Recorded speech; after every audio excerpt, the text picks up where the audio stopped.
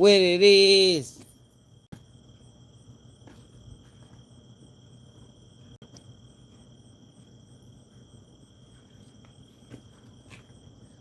What it is, what it do, what the business is. Back.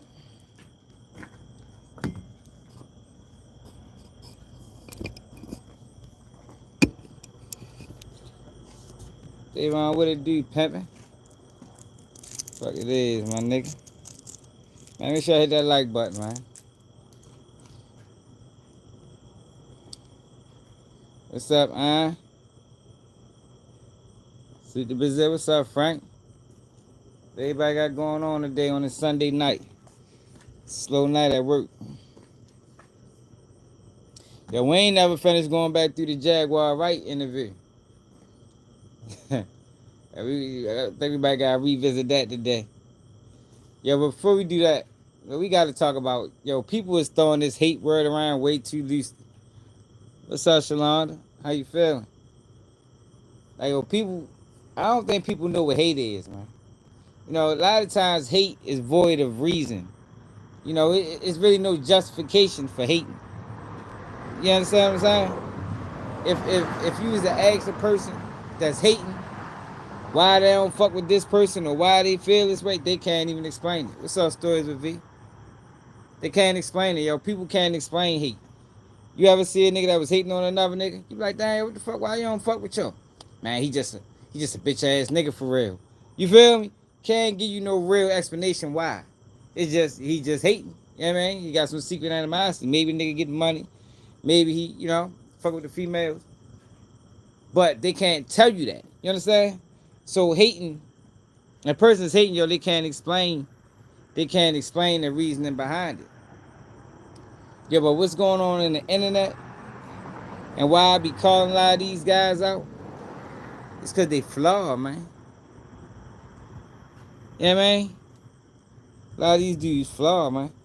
Cause something stuck out to me earlier when I was talking about Can Capone and Adam 22 and everything they got going on. And I was talking about, I used to fuck with Kane. I still fuck with Kane, but he moving on the side of goofy. Nigga like, no, what you hating on him for? Like, I don't think nigga using that word right. You know what I mean? Hating is void of facts. When you speaking facts, you ain't hating. You know what I mean? That's why I said telling the truth ain't hating. It's a fact that Adam 22 uses these guys on his platform for his own personal game and don't give a fuck about them. He only give a fuck about them when they're around.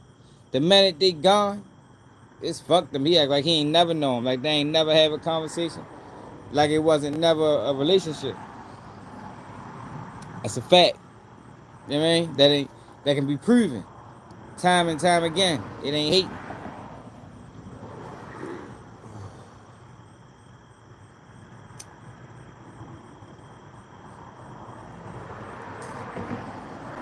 I think people misusing that word, man. I think people misusing that word hate. Some things it just is what it is. It's facts. You know what I mean? Nigga ain't right, he ain't right. It ain't hating because you call it out. You feel me?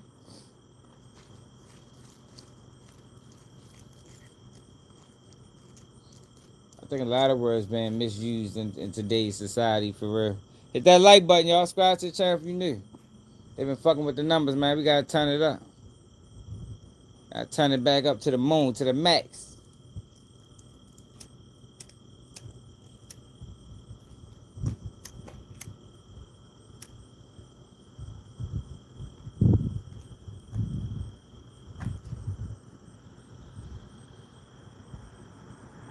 Yeah, what the fuck? The guy. Neither. It's neither option. Like why I gotta be shit like that? Like why it just can't be neither, yo? Why you just can't have respectable kids? You know what I mean? Why they gotta be on some old other shit?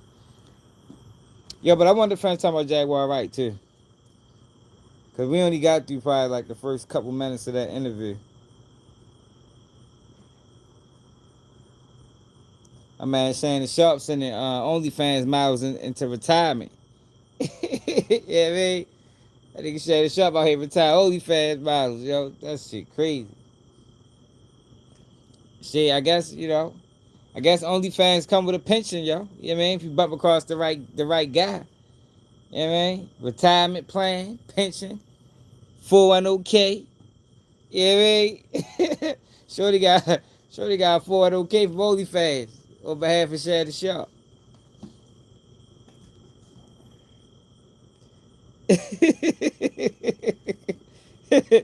Yeah, yo, she put up a post. Yo, she had to put up the post. Like I think she could have retired and wouldn't nobody know, would nobody remembered. You know what I mean? Nobody would have missed her. She could have just, faded to black, like Jay-Z said he was gonna do. It ain't never do at the time.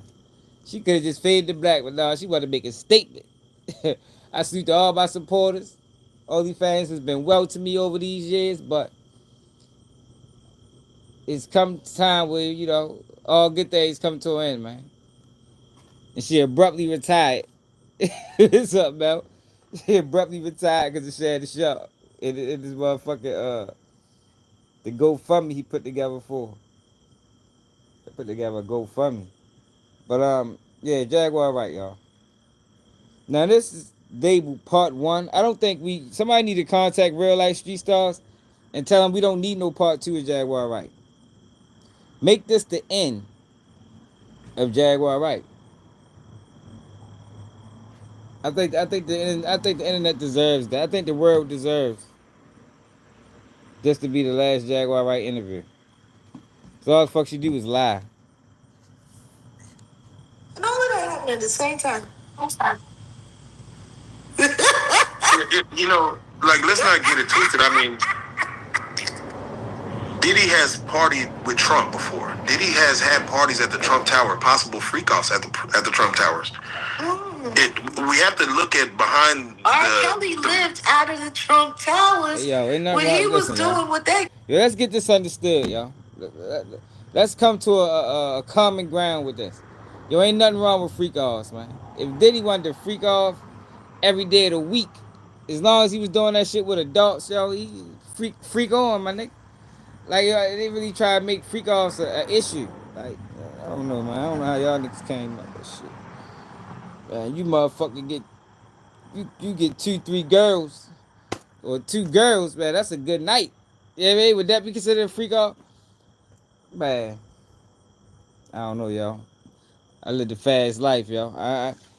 Now Diddy freak offs might be more, you know, tenuous than the next if I use that word right, but ain't that wrong with freaking off, man. Tedious is the word.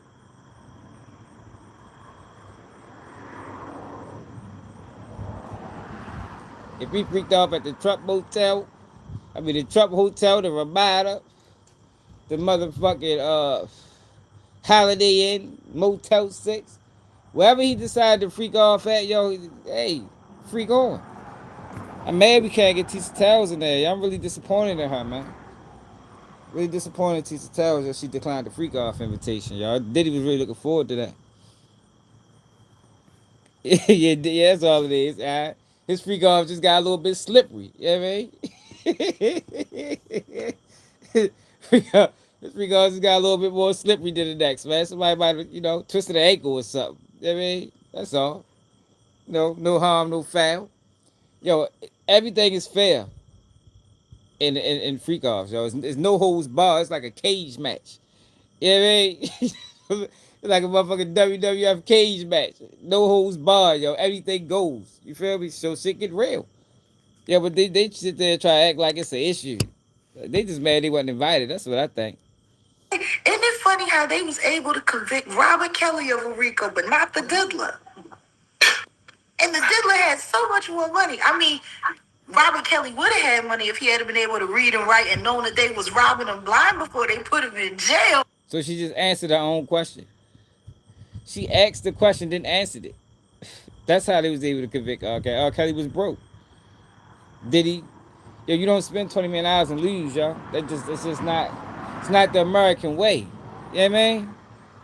It's not the American way, y'all. You don't spend $20 million on a criminal case and lose.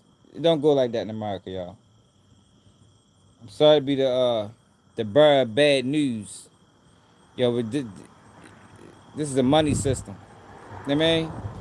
And if you got the money to fight, you gonna get some favorable judgments. That's just how that shit go. Hell, but you know, on the book, isn't that funny? You wanna know what else is funny? That in the middle of that trial, R. Kelly was rushed to the hospital after being overdosed. He didn't overdose himself. The medication was given to him by the people in jail. And his legal team came forward and said that the feds were trying to kill him. So what's funny about that? There was another prisoner who said that they was going to let him do the deed. All he had to do was just beat the crap out of him. And when he went to the hospital, So how this relate to Diddy? Jack. his body was filled with blood clots. And the jail pulled him from the hospital before he could be treated. Hit that like button, y'all. Interesting. Hit my ass. Tory Super Lanez chat something. also almost lost his life while I was in New York. First day of trial after the jury had been selected. Yo, what does this have to do with anything? Funny, I know what he's talking about that either. Yeah, do you feel that was a hit from the outside? I'm sorry, somebody that you've been jailing with for quite some time that you was all right, and then out of nowhere, all of a sudden, he was looking at your girl, and he was talking to your girl, and you got to poke him up 14 times on the first day of Diddy's trial. Yo, she be over this bitch pushing mad false narratives. Like, even if it was a hit placed on yo, that narrative about the girlfriend, that ain't what Yo said. Yeah, man, Yo said he just was being disrespectful. You know, he was cracking slick. That narrative about the girlfriend came straight from the internet. They just let these people go on platforms and say anything. No, that should be totally void of facts. You want to know what else was going on during Diddy's trial that I was really focused on and nobody else was focused on? Tell us, Jack. What's that? What y'all think it was, y'all? What y'all think that Jaguar Wright was focused on that everybody else seen to miss? What's that?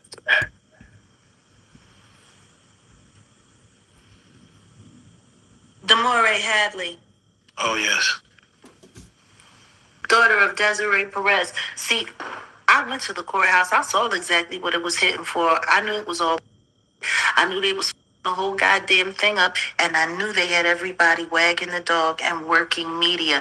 I watched that little black girl that works for TMZ going back and forth to people like Armand Wiggins and all of the other content.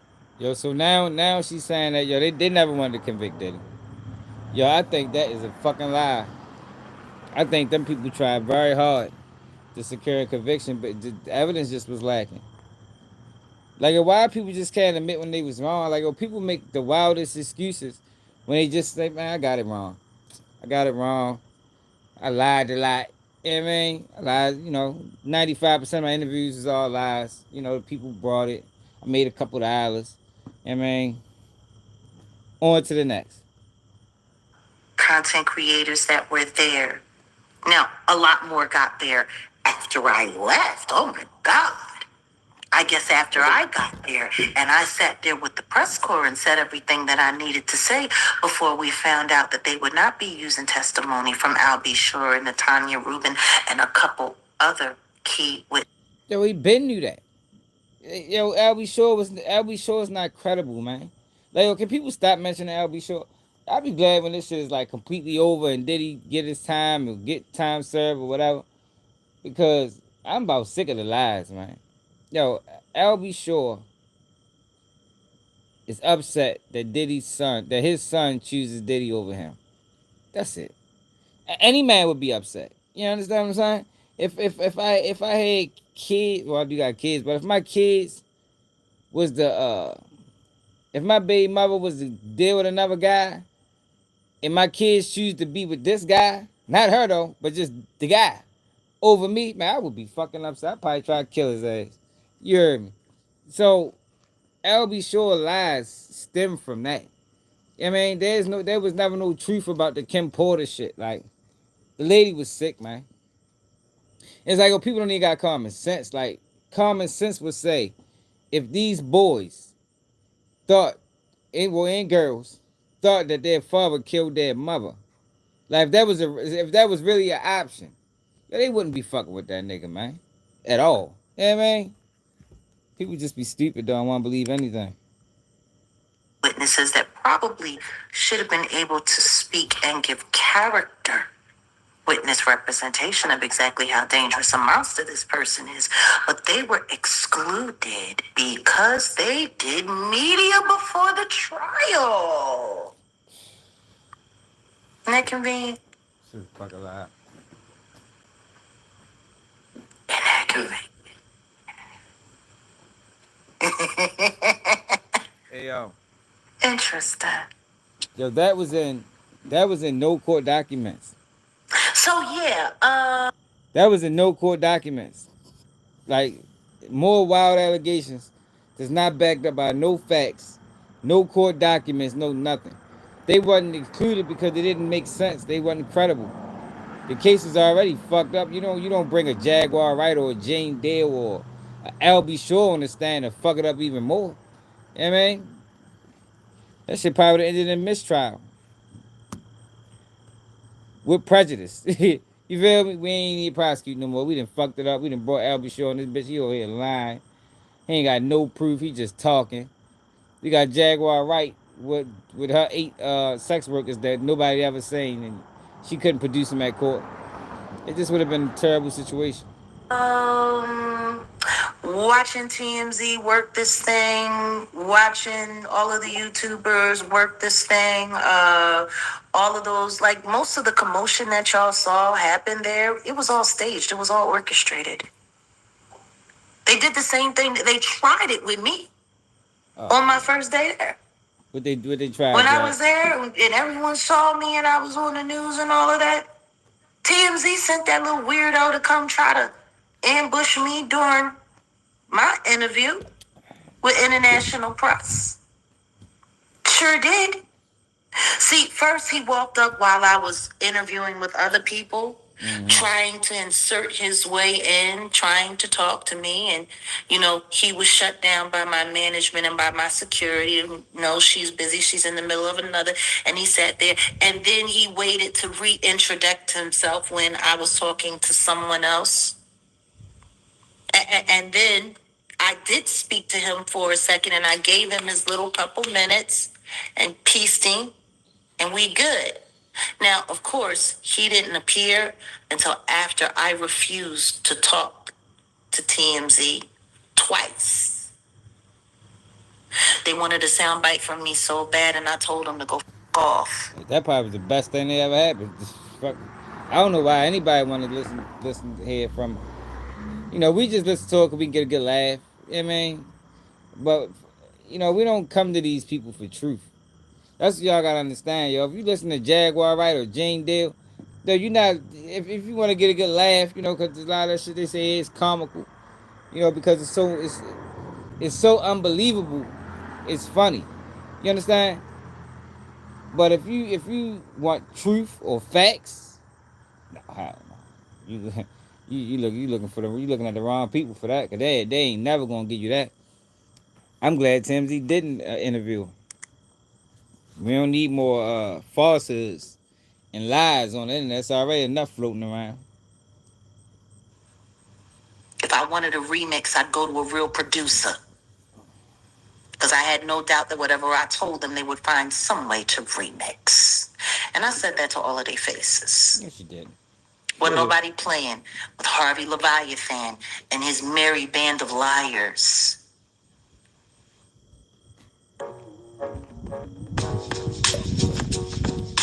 This is sad. Merry band of liars. I hope he never dropped the part 2. We don't need no part 2 of this. Isn't that interesting?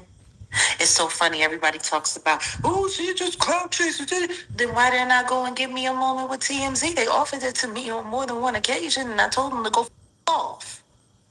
each time.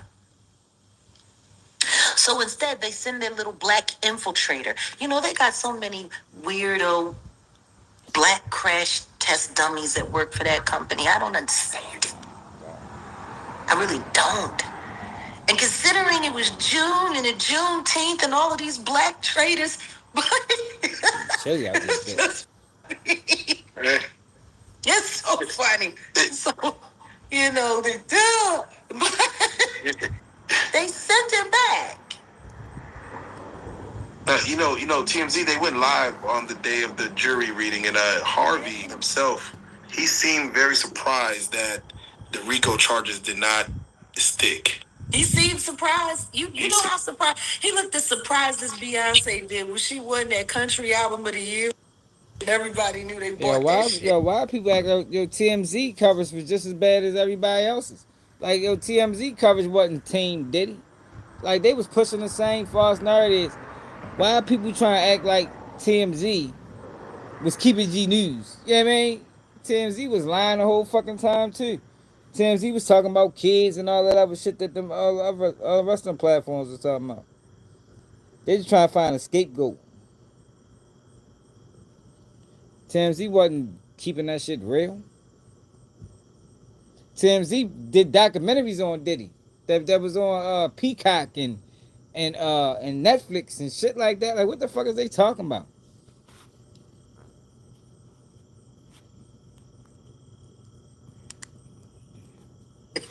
He looked about as genuine as she did when she won that award.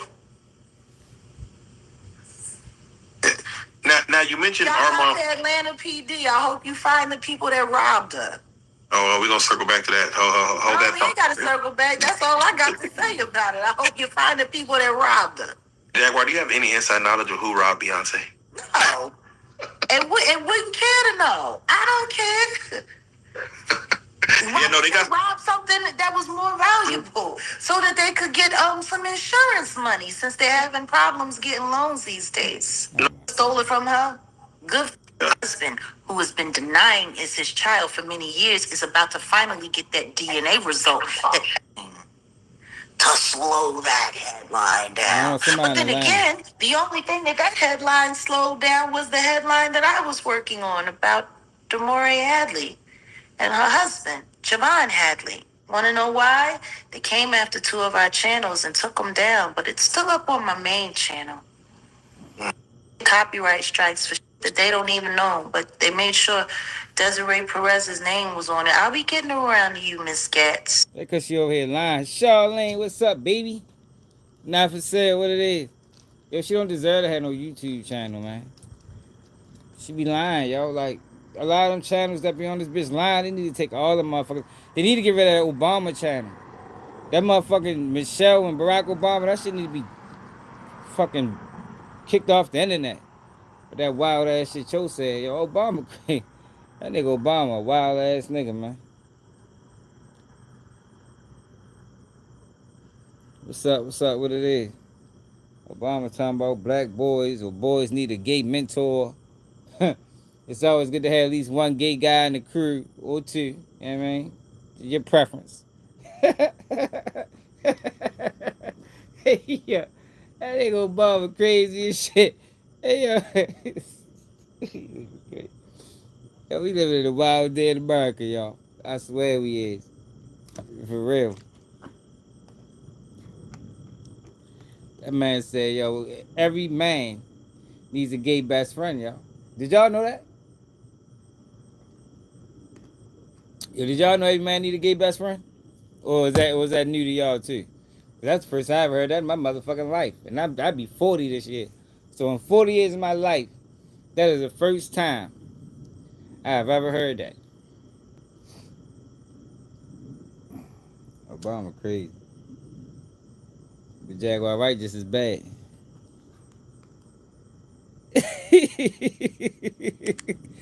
It's wild as shit for that one, man. Desiree Perez's name was on it. I'll be getting around to you, Miss Gats. Don't you? Laura Gats, we'll be getting around to you. You and Dr. Bober. You know, it's really interesting how people don't want to see and believe that these people will do anything to avoid a RICO case, because a RICO case is the only thing that the federal government can't turn away from. You know, let's just say allegedly, all of these people are exactly what I've said they are all along. Government informants who have turned hip hop into a new plantation where they get to break down and bust down on all kinds of young black people and be able to send them to jail or threaten to get them to do whatever. What you trying to talk about, Shab? You call if you want to call in, you can call yeah, you can call Instagram. Shab, every time I do the live that way, you don't ever pop up. Hold on, matter of fact, I'm gonna set it up. Hold up, let me set it up the other way.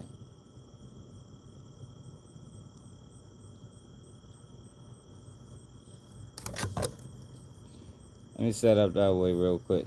Everybody got to come on over to the other.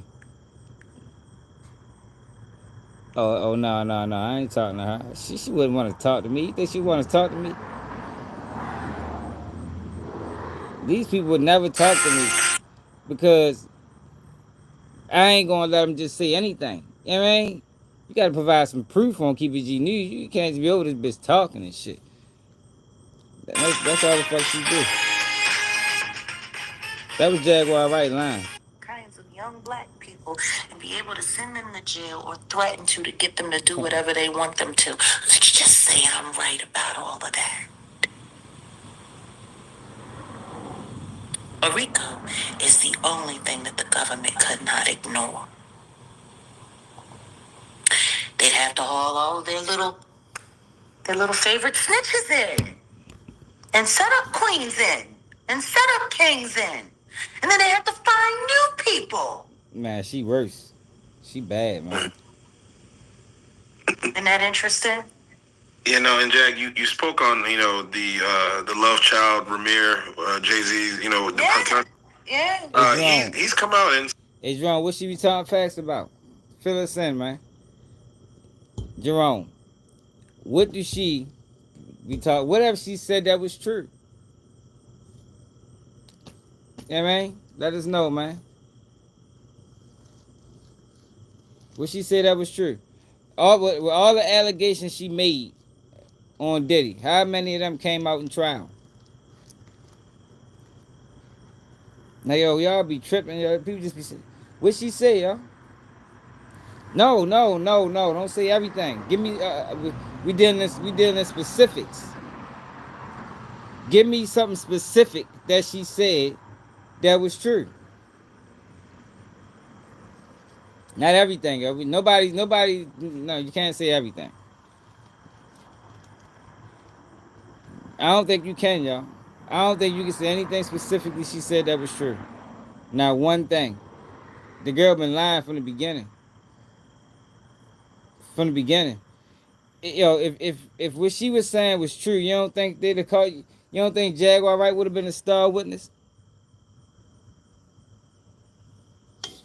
And nothing she said was true. She said Diddy was molesting children, man. She said Diddy was sex trafficking people. None of that was true, yo. Like she didn't say anything true. Anything from when she first started to now. It been all lies, man. She said she got 8 sex traffic victims by Diddy. I think she might have been one of Diddy's sex workers, to be honest. If Diddy had sex workers, I think Jaguar Wright one of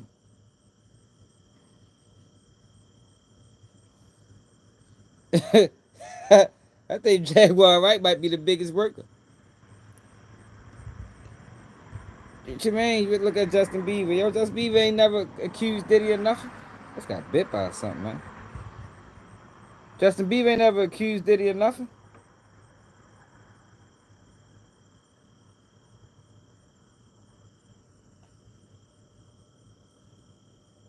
Yeah, she fabricated her stories, man. She all the bitch using. Yo, these people are dirty people, y'all. That people support. That whenever you can just lie on a person like this, like I'm talking about like vicious lies. Hey, child, I bet they do that to Justin, man. What did he? Why y'all keep saying Diddy did something to Justin? Yo, Diddy ain't do shit to Justin, man. Y'all crazy as shit. And why y'all say Diddy did something to Justin? Justin Bieber denied it, man. Now somebody probably did something to him, but I don't think it was Diddy. You know what I mean? I think Justin Bieber came into the industry young. He said Diddy did, but Puffy did. Sorry, you crazy as shit. I seen the videos. That Diddy party shit was fake. That song that posted that was AI. I lost myself at a Diddy party. That wasn't no real song, man. I just got bit by something, man.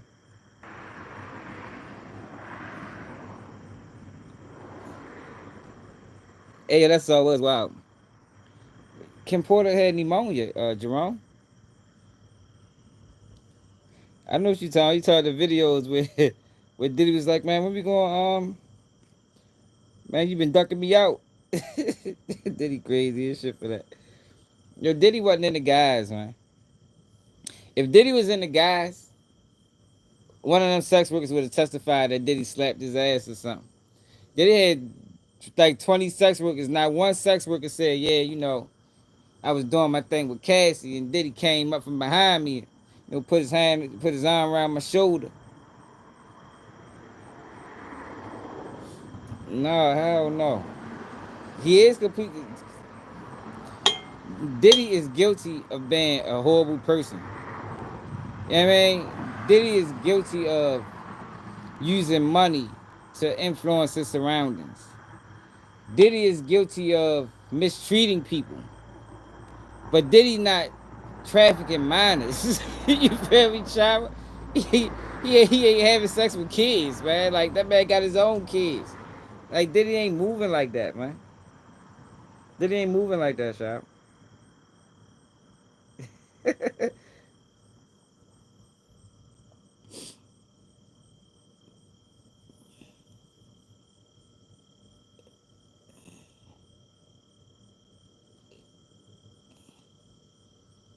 Yeah, but Shab, I don't know if that's true or not. We don't know if that's true. Only person that's some shit. That's some shit. They lied, Cass. I mean, Cassie lied. Jane Doe lied. Nah, fuck no. If he did that, that's some freaky ass shit. But we don't know if that's true or not. You know what I mean, that's all I'm saying. They don't know if that's true. Cassie was lying on the stand. Cassie put a whole lie into our lawsuit. It said that Diddy held the girl over the balcony, and she seen it. And then it's a text message that she didn't see it. And then when they asked her about it, she said, "Well, that's what I said. What I said." Like you can't really believe that. Oh, all right, shower. All right, man. I don't know if he did do that. That is some nasty. That is some. Hey, what if I told you I was at work already? Smelly. What if, hey, Smelly? What if I told you right now that I'm at work? Would you believe me? You think I'm just sitting in the darkness? You think I'm just outside sitting in the darkness talking to y'all? Come on, Smelly. Use your motherfucking brain, nigga. Stop being stupid. I'm just sitting in the middle of nowhere. Hey, I ain't no houses around. I'm just in the middle of nowhere. Just talking. Yeah, such a dumb ass up, nigga. I am at work, nigga. You get mad because you can't get on the phone at your job, bitch. Bitch ass.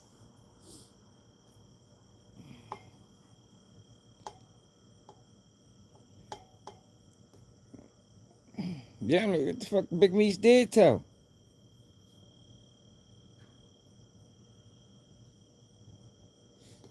Yeah, Cassie fucked herself over. Cassie ready to give all that money back. What you mean, Jerome? Big Meech did tell, yo. Dude, you ain't gotta go back to Big Meech again. You don't think Big Meech moving like a rat?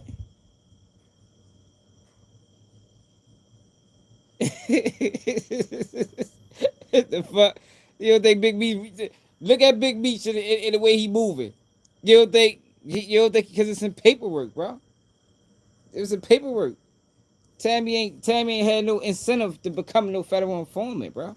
Big Meech set up Terry White and Big Meech put Cuffy together, man. But the feds fucked them because that's what the feds do. Just like they fucked Ghislaine Maxwell. Just like they fucked over who else they fuck over? Um Rilo. You don't work with the federal government. I need to put that in the title. Never work with the federal government. They gonna fuck you over, man. They gonna fuck you over. Hey Jerome, if you know I said Big Meech was a rat, then you saying I did countless videos with paperwork showing that the man was a rat. Yo, all you gotta know is this, Jerome. Tammy couldn't have moved on her own without Big Meech approval. You don't need to know nothing else after that. Even if it was her idea, like Meech, I'm gonna run this play. I can get you home. Yo, he had to co-sign that, yo. He had to co-sign that. Know why he had to co-sign that? Because if he didn't, and somebody found out that play was being ran, he could have got killed, man. And that is a motherfucking multi-million-dollar lawsuit. Feds ain't in no lawsuits, man. Sometimes you just gotta use common sense, bro. It's 2025. Everything ain't gonna be in paperwork. But it is in paperwork that Diddy knew who Terry White was. That's the first person that she set up. It is in paperwork that Meech, that Terry White and Tammy Collins went to the jail to visit Meech. Terry White sat in the car. It's in paperwork that Tammy testified that she was doing this shit to get Big Meech a time cut. It's all in paperwork, bro. Man, right. Look at him. He drew his bed on, bro. Like, you don't think that's snitch behavior? That man got a Drew on chain strap. Like, yeah, he's a rat, man. Certified. I think he embraced it by now. He know what he did. My man was in the feds, told me it was already rumors circulating in the feds that Big Meech was a rat. This was before he came home.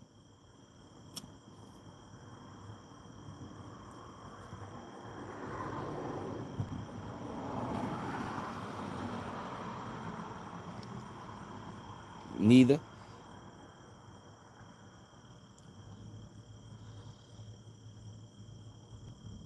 Yeah, cause man, people just don't understand, yo, the times that we live in, yo, shit. It's not like it was in 2005. You know what I mean? 2004, where they was putting snitches' name in newspaper articles and they'd say a person snitched on the news. It's not that time no more, yo. Like it's not. It, sometimes you just gotta use discernment. You know what I mean? You gotta use common sense. You feel me? Like you gotta go with what makes sense sometimes, yo. To get back, to get paid, yo. But no, she wasn't. I think that's what fucked the deal up. Because part of the third party cooperating thing is you can't get paid. I think once she got paid, it kind of fucked everything over. But she came into this situation not wanting no money. And then you gotta realize, yo, it was no incentive for her to be no federal agent. She never been arrested. Even the judge thought that was strange. You got a woman who never been arrested just signs up to be a fed. Like, yo, that she probably the only person in American history that ever done that. You know how dangerous of a job that is to do it for free? Just to wake up one morning like, I think the federal government needs me. Look like the federal government struggling. I know their conviction rate 98%. I think I can make it 99. You know what I mean? I think I'm gonna go there and I'm gonna work on behalf of the government to make some arrests. Yo, that probably never happened in life, bro. Like, yo, come on, man. Use your brain, bro. That shit probably never happened. You know how dangerous that is? She wanted Meech home. Whether it was his decision or not, she wanted Meech home. Meech had to co-sign it. And here we go. You know what I mean? The man know he told, man. Everybody know it. You might as well embrace it. Like, these niggas be wanting to tell and then don't want nobody to know. Or want to tell and deny it, like Rilo. Like, man, just embrace it, bro. You know what you did, man. You set up a meeting with them people. You went in that bitch with intentions on top. You don't set up no meeting with them people, man. No, not when you not. His name is in paperwork. A whole lot of it, Jerome. Meech's name is in a whole lot of paperwork. That man, yo, that man name's in a whole lot of paperwork. Yo, for one, it don't take you 4 years to get sentenced, man.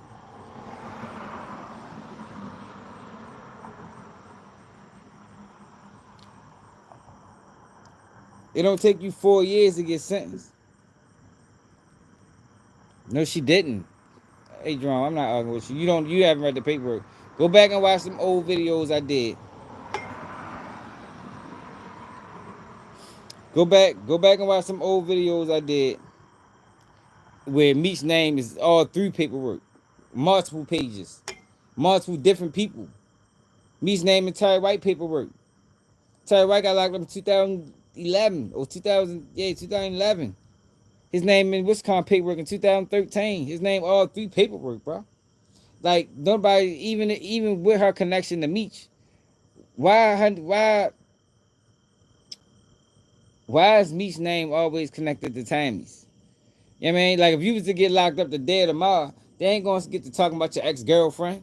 Yeah, his ex-girl, ex-girl was did it. Nah, yo. They was, they was a tandem. They was a tandem. She wasn't doing it for money, Jerome. She didn't get paid until agent fuck that agent name is. She wasn't getting paid until the agent Jack Harvey. She wasn't getting paid till Jack Harvey retired. When Jack Harvey retired, he put it in for a reward and put it in for a payment. Before that, Terry White was already booked. She wasn't getting paid, bro. She testified that she wasn't getting paid. She testified that she didn't want to get paid. Then you got 3 federal agents that testified that she told them that Meech was involved in this. 3 agents, yo, not one. You had the St. Louis agent. You had the 2 motherfucking Atlanta agents. They all testified in front of the judge that, yo, she told me that she was doing this shit for Meech. Come on, man. Come on, I ain't gonna lie on the man, bro. Nah. I like black women, man.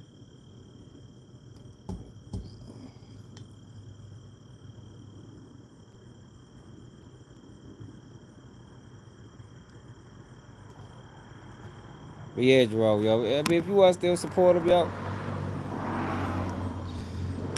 If you want to still support the man, yo. But just know he a rap, bro. That's all.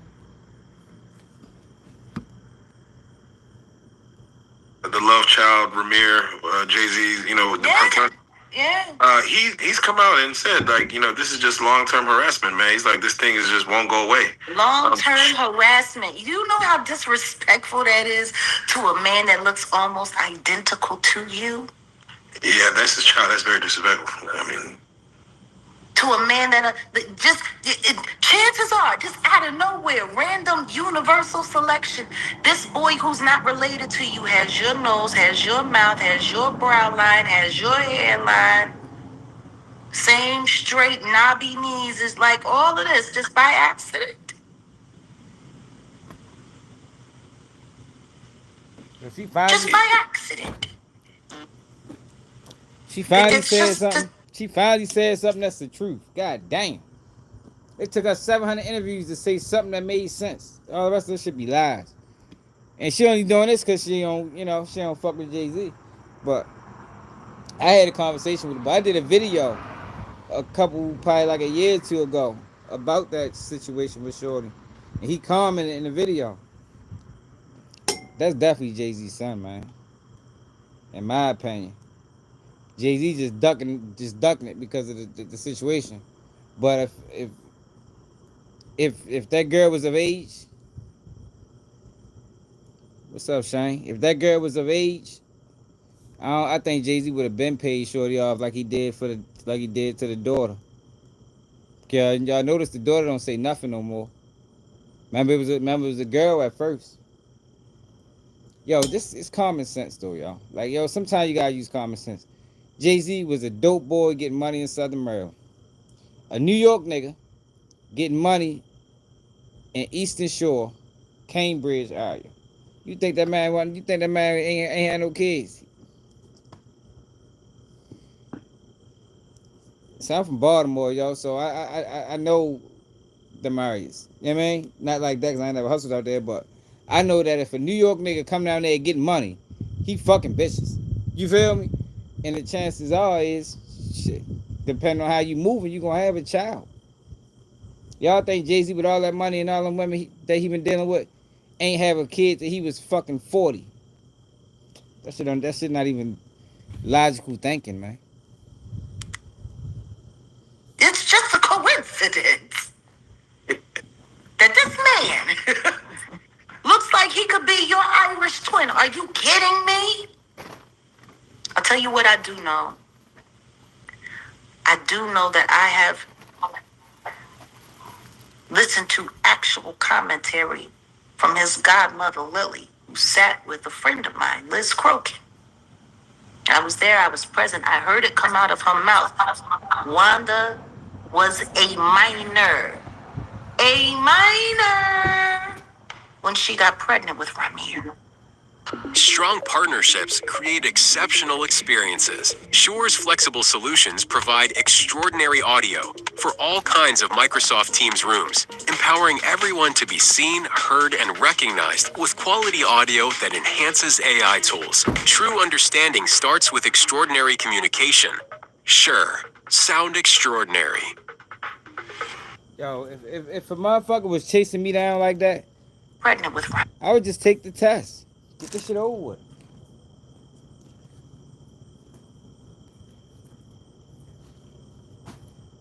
See me, right? I would want to know. I would rather know if I got a child out here than have to speculate. You know what I mean? But I don't know. Jay-Z must be a different kind of nigga. But I'm not ready to have nobody out here just be like putting a child on me and I'm ducking it. No, fuck no. Let's see. But I think the drawback is the age of the girl. That's the drawback. But then it's like, this: is you choosing your reputation over your child? You know what I mean? Cause that's what it sounds like Jay-Z is doing, yo. You're choosing your image and your reputation over your child. Now I don't know how to, I don't know how to make sense of that. I guess that could be a tough decision to make depending on the character of the person. But I ain't really had nobody just running around saying I'm the child father and it's motherfucking DNA spots all over the fucking place. You can probably find one, you can Google it, probably find one 10 minutes away from you, no matter where you at. So, I don't know, y'all. I think that goes into his character for real. Yeah, character flaw. Because, end it. You know what I mean? End it. Take the test and see if he is or he ain't. Now you got blogs pushing false narratives because the guy that raised the boy kind of find out he wasn't the father. The mother said it's either him or Jay-Z. I mean, process of elimination. Now she could be lying, but prove it. It's only one way to prove it, y'all. And instead of just taking the test, getting it over with, he want to keep for that. Like Shorty been fighting Jay-Z on this shit for 10 years. I mean, Shorty, Jay-Z probably could have gotten the boy life and this shit could have been done silently. You know what I mean? But now it done blew up. Everybody talking about it. He just filed paperwork that we read earlier today as the reasons why he think the lawsuit should get thrown out. Because what happened is he was filing lawsuits or filing the paternity suits in state court. And it was getting tossed in state court, Now he's filing them in federal court. So what Jay-Z and them is trying to say is, these lawsuits, this paternity suit is the same thing that it's been. And it's been tossed out continuously. But federal court is different. It go by different laws. And I just think Jay Z need to do the right thing, yo. Get that shit over with, yo. I'm here.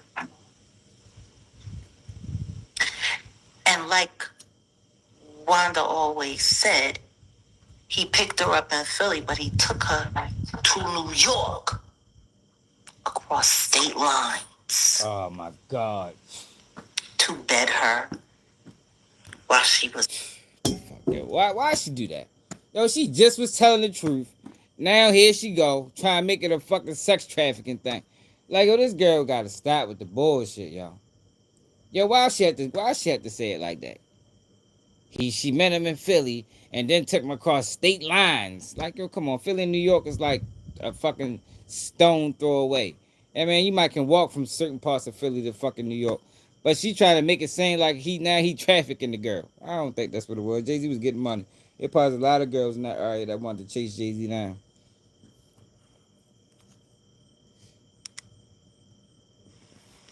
To bed her while she was allegedly underage. Even though Lily was present when Ramir was born.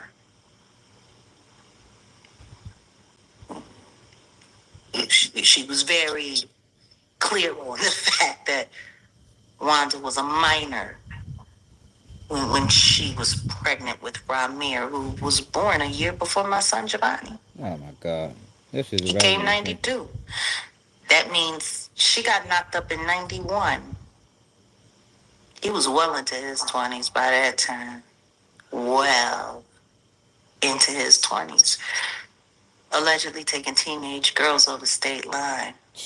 Teenage He girls. got unlucky. That condom broke. Now it's plural. You see what I'm saying? Like, yo, why do you gotta do this, yo? Like, why you just can't? I mean, why you gotta dramatize the story? Like, why you just can't keep that shit real? Like, the story is the story is the story. I mean, you ain't gotta add nothing to it. You ain't gotta take nothing away. You ain't gotta make it bigger than it is. So just tell the story from which you know it. Why she had to say girls plural? Like, this is something that Jay Z did. Like, he was, you know what I mean? Like it's proven, and it can and it's facts that say that Jay Z was targeting teenage girls and taking them across state line. Like, yo, what the fuck is this, y'all? Like, yo, this girl, she got to stop with this shit, man.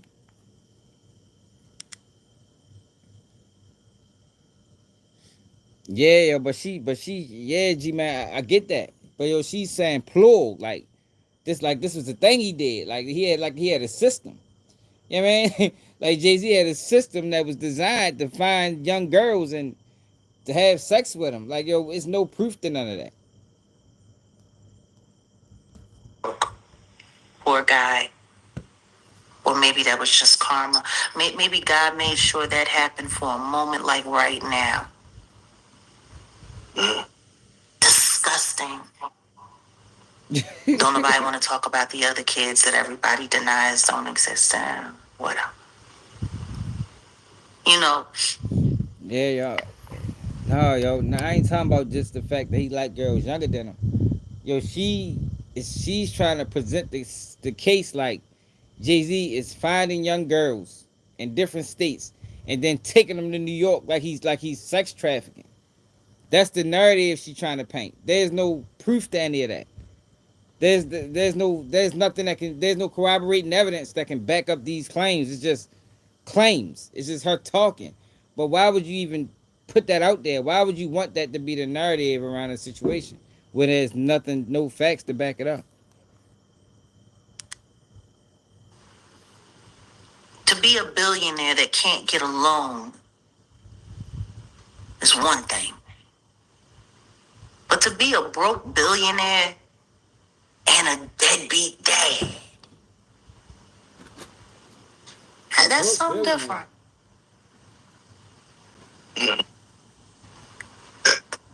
Yeah. You know, even Solange's son, the Daniel kid, he said he doesn't have a great relationship with Beyonce, Jay-Z. What do you feel someone coming out saying, hey, Jay-Z's my father?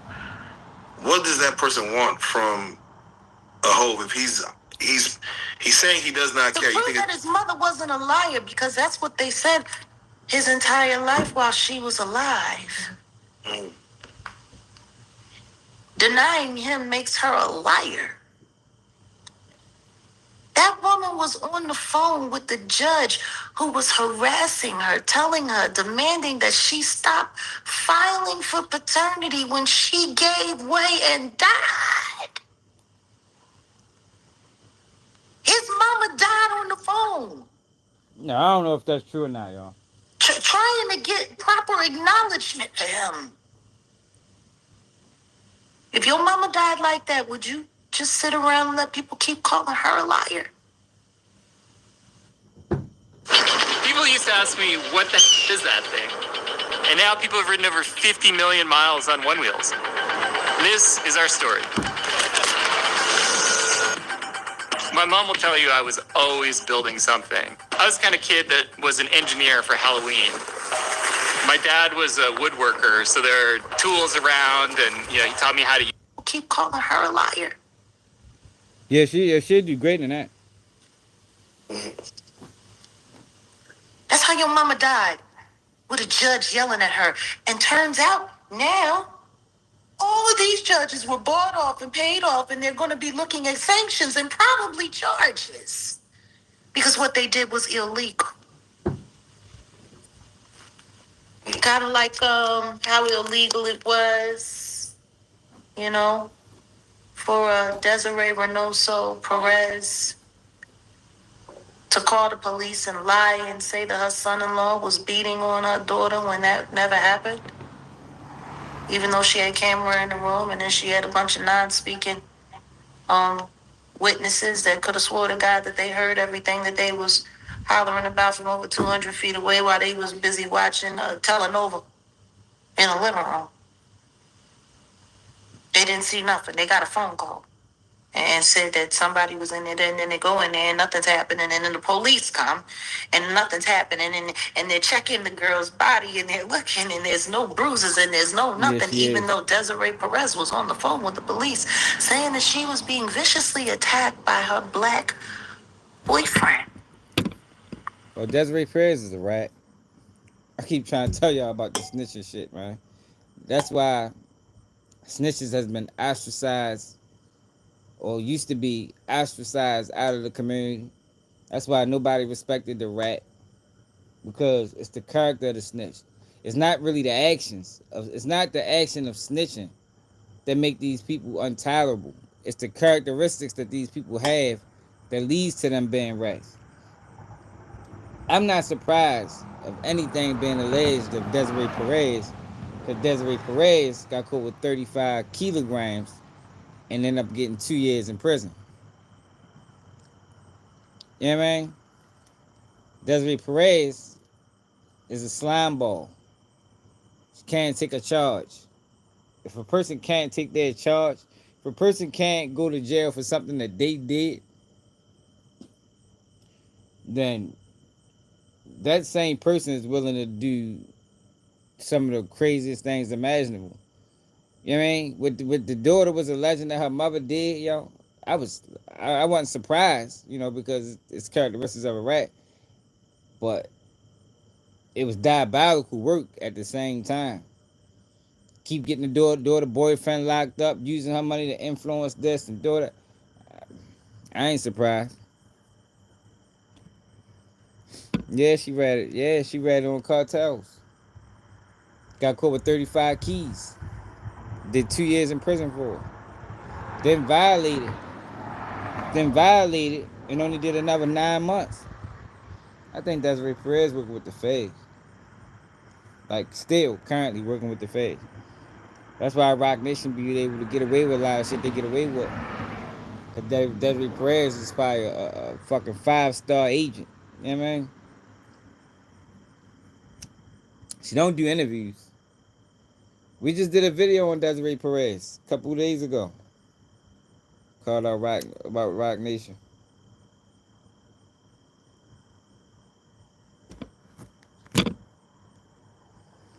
She got a daughter. Baker acted for no reason. There ain't no fucking reason. The daughter says fine to me. Yeah, Desiree Perez is a wild one. Never happened. Want to know what's funny? He ended up getting arrested about 2 years later. How do you get arrested and thrown in jail for a crime that the cops came and witnessed never happened? More. Sounds like abuse of power. That sounds like a whole lot of corruption, doesn't it? We talked about that. You know, it's so funny because my videos are being heavily suppressed. You know, Good. I gotta read you guys this. Her videos deserve to be suppressed. They should have always been suppressed. All these fucking lies she be telling on niggas. Oh, they need to suppress some more of them. Like they be suppressing me. How the fuck they suppress me, but they let Jaguar Wright slide through the cracks? Like that is crazy as a motherfucker. I ain't told one lie. It's funny. It's like they really want to corral everywhere I go and who I talk to and what I say. Ooh, hold on. Where is it? Where is it? Where is it? Where is it? Oh, I don't have it in here. Ain't nobody going to I Desiree sent Perez. myself the wrong Jaguar Wright to get one. that story out. No, that was a long. Oh, but then there is this. Oh, did you see this? Have you seen this? Oh. Yeah. Jaguar Wright almost unalived by Diddy's hitman. I'm Noel Honig, and I'm a director and a designer. If I'm working with type in Photoshop, She must. If she did,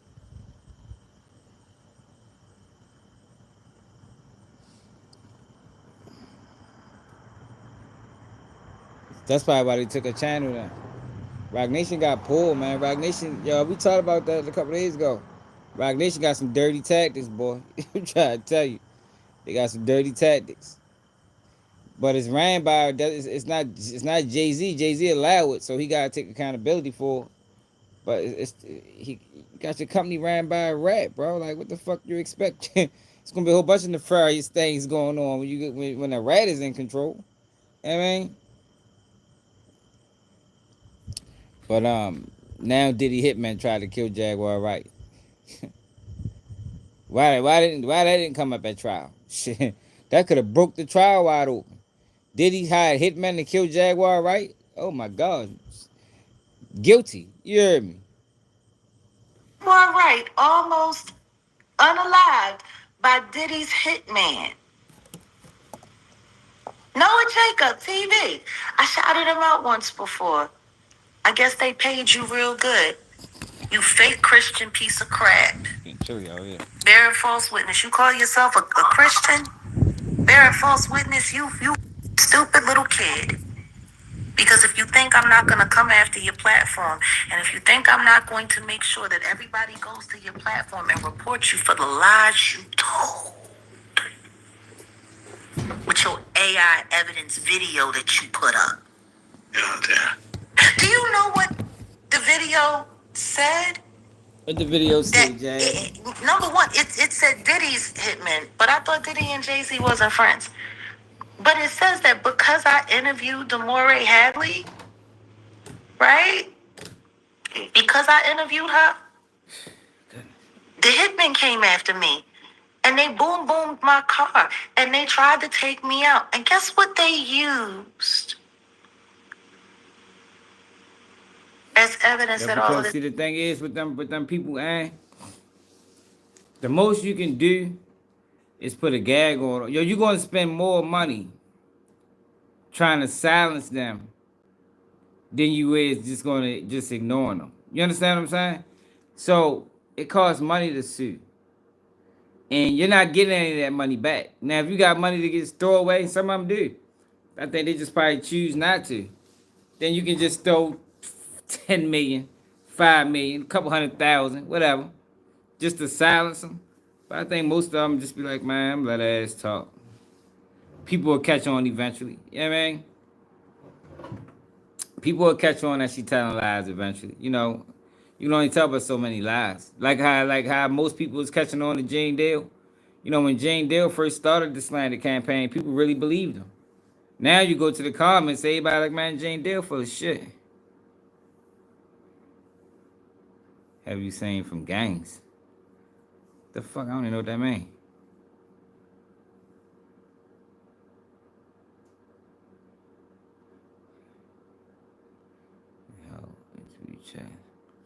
Yeah, you right, cause she just, it's like, yo, I wouldn't be able to take it. I'd have dropped the bag on her motherfucking ass eventually. Like, you ain't ready to just be, you ain't ready to just keep it out here making these false, wild allegations on me, and no, I don't know. I'd hot wire that motherfucking car or something.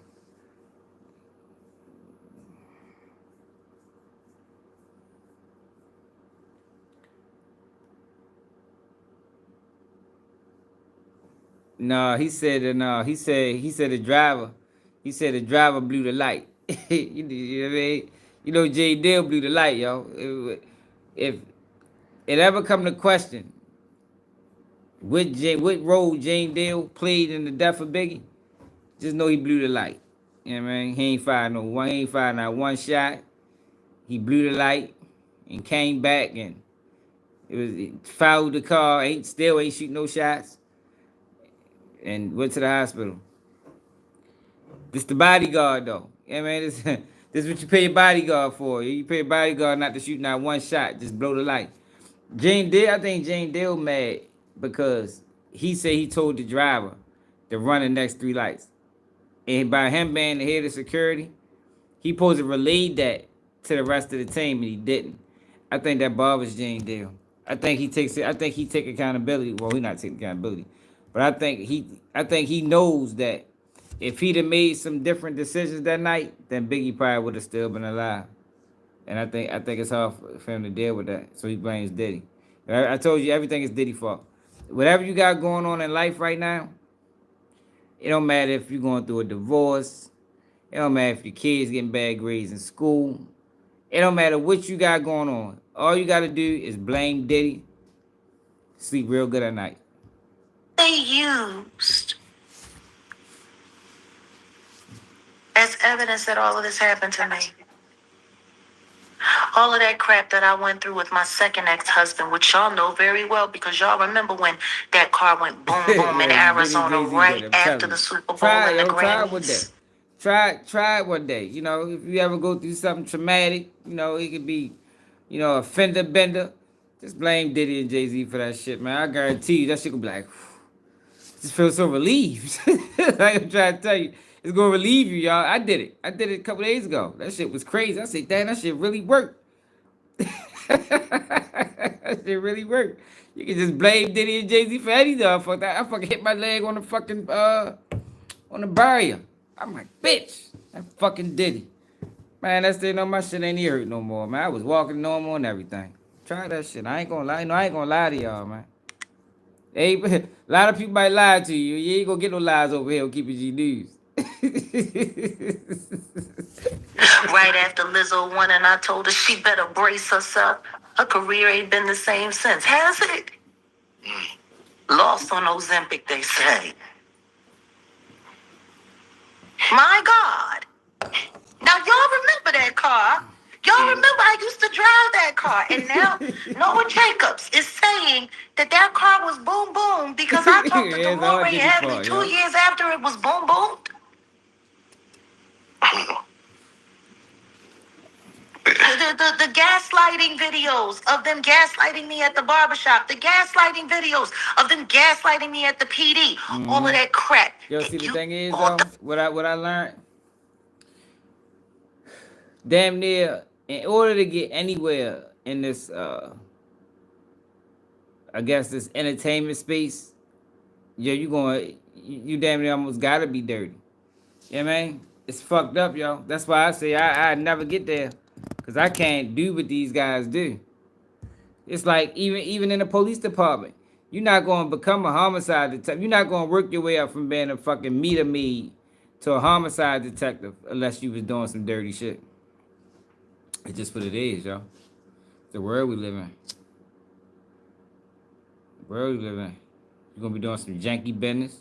You're gonna have some dirty, predatory tactics. It's fucked up, yo.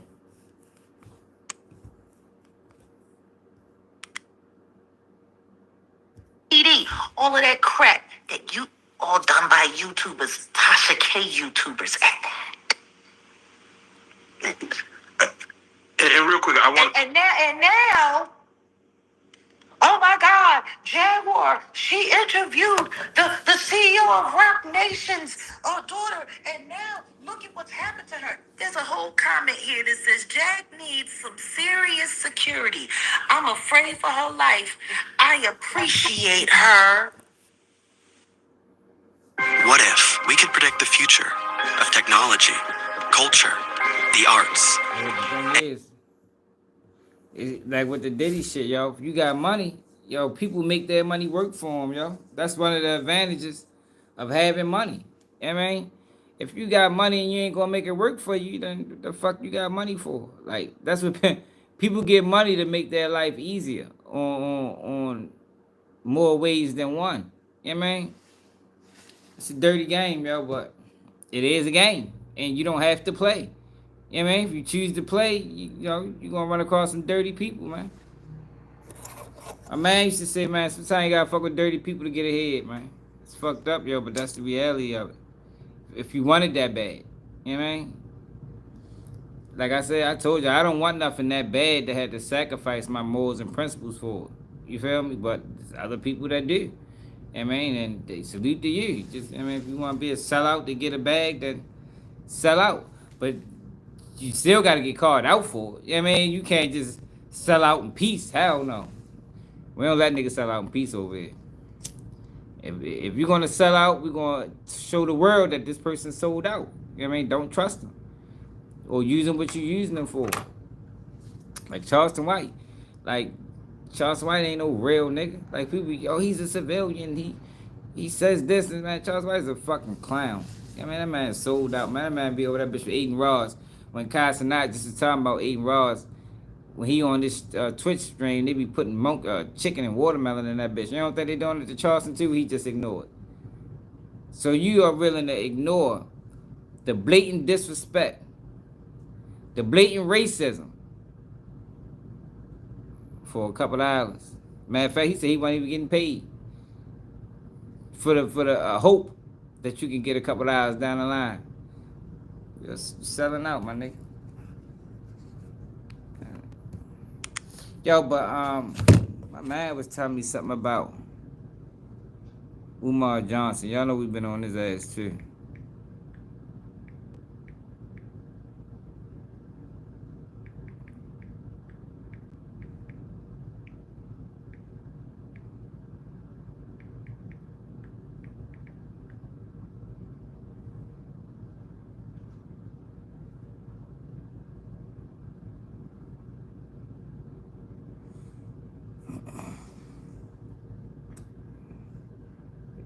The one girl said Umar Johnson compromised. She told Pat. And I believe he is compromised. Because I don't believe that you can be this vocal for this long and they don't start playing games with you. You know what I mean? And I say that because I'm vocal. And y'all see the games they play with us. So when you got these guys that's even more vocal and portrays themselves like they're more knowledgeable, but they are allowed, you know, because that's what it is. They are allowed to say some of these things that I couldn't say and climb up the ranks. I couldn't say and get no motherfucking interviews. You two gonna shut my shit down. You know what I mean? They gonna play with the numbers. Y'all know how they do. Y'all been over here for a while. People that been over here.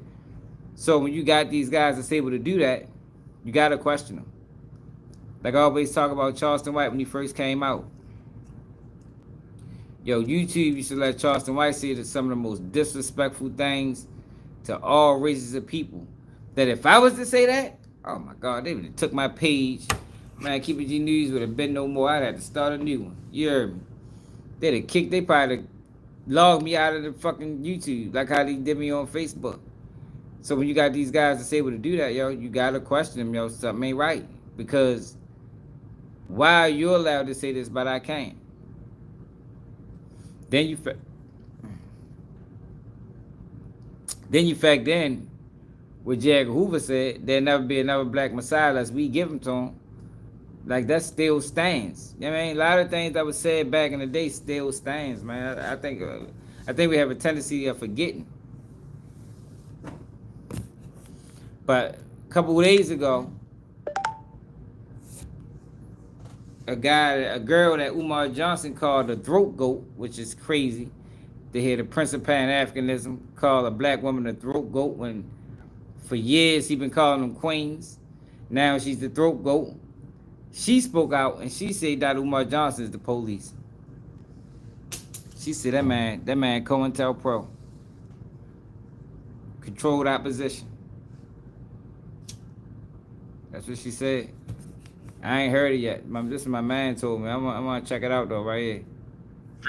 She told Pastor Bussy that I went down.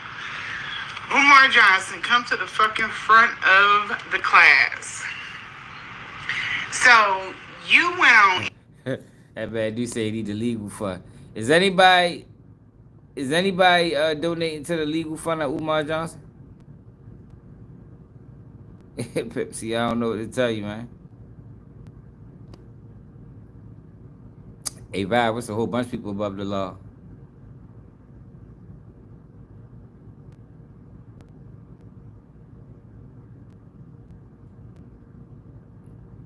Hey, Vibe, it's a whole bunch of people above the law. I don't know who the fuck told you that. so a bunch of people above the law, man. A whole bunch of people. You see what's going on with the Epstein files? Fuck you talking about, ain't nobody above the law. Shit. You kidding me? I don't know what United States you living in. That's a whole bunch of people above the law with this bitch. We just ain't. You know what I mean? We just ain't reached that level. I don't even know if I want to be at that level. I think that level comes with a matter of compromisation. You feel me? But to say nobody's above the law, that is a fucking lie, my brother. So a bunch of people above the law.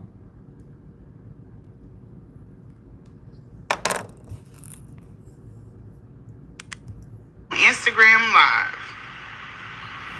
You went on Instagram Live. 50-year-old man. You went on Instagram Live to tell 1.1 million followers that a woman that you decided to put in your mother's space, the one with the hot cat, stanky cat, the aquarium, you chose that chick that went down on you. She not bad looking. You chose to put her in the space with your personal shit and your mother.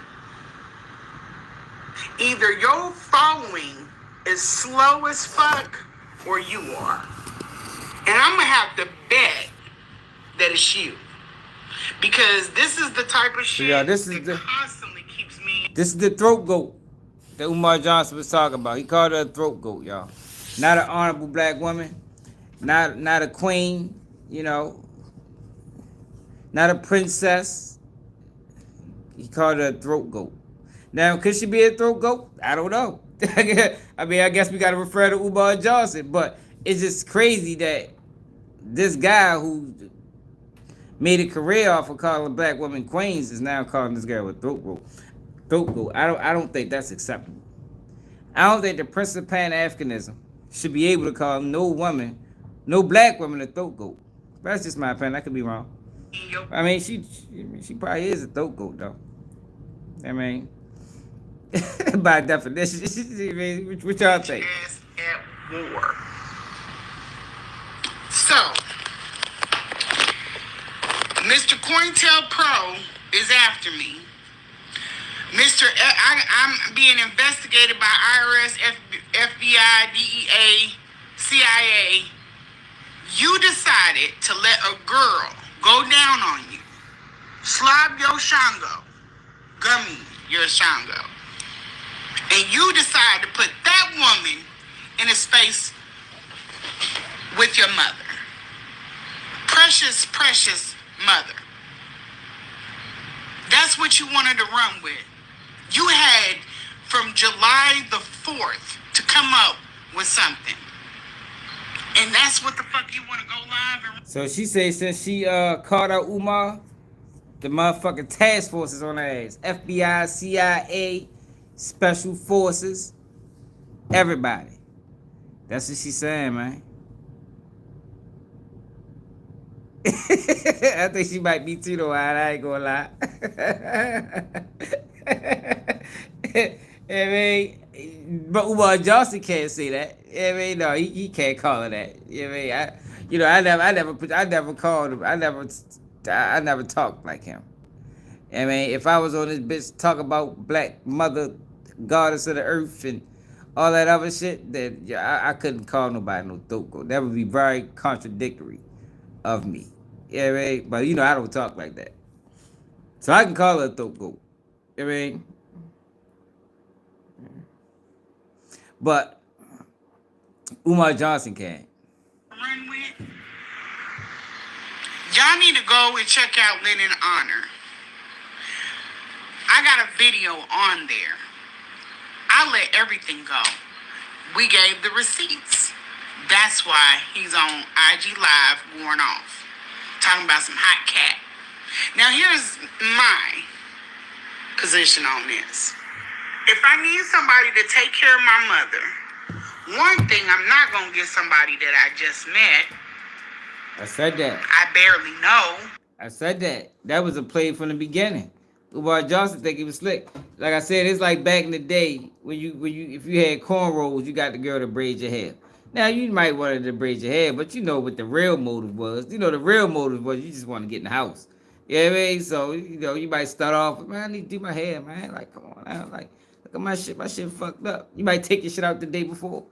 You feel me? Damn, yo, what the fuck you gonna do my shit?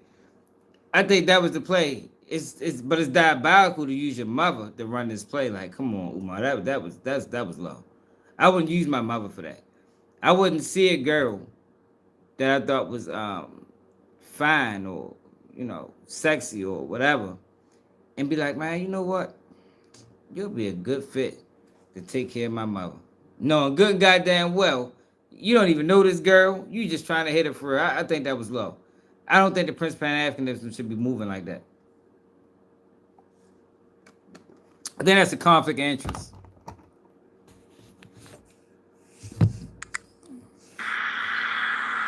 And I'm not going to get the one person as this being a female that don't know how to properly wash their ass. So that's all lies. What's up, Edward? He chose me probably because I am the cleanest motherfucker he's been with. And it's funny, he put it in a text. He told me that I'm the one that is getting his mother's ass healed because this fucker has left her in piss and feces, either him or the AIDS. But he said he takes on whatever the AIDS do. So you... Yeah, that's dirty work, yo. I told y'all, yo, we don't need no more interviews from Umar Johnson unless he got his daughters with him and his mother is out of the basement. Yo, this woman said his mother sleeps in the basement, man. Like, come on, bro. Like, how you gonna have your mother sick in the basement? Like, that is diabolical work. If my mother was to ever be sick, my mother's gonna be in the room close by. You feel me? Not in the basement. You know what I mean? Niggas, most people don't need to go down that basement daily. You know what I mean? She just down that bitch. You've been leaving this woman in piss and shit while you run around the world. Speaking. For what? She doesn't leave the home. She needs to see a doctor. You said social services has been out there twice. Yeah, I think it is our own house. Yeah, I think Umar Johnson lived with his mother. Asking for legal fund donations. That nigga said, I want your grit money. Hey, yo, did anybody donate their grit money to Umar Johnson this week? I mean, remember he said, y'all, he wants your grit money. So, before you buy any grits, donate to the Umar Johnson Defense Fund. He's trying to sue this lady. He need the fund in the door, brothers and sisters. This nigga said. Yeah, that's what he said. I said, brothers and sisters, can you donate to the Umar Johnson Defense Fund? Yeah, he said that shit, yo. I ain't lying. Yeah, well, he said about that grit money. Don't buy no grits.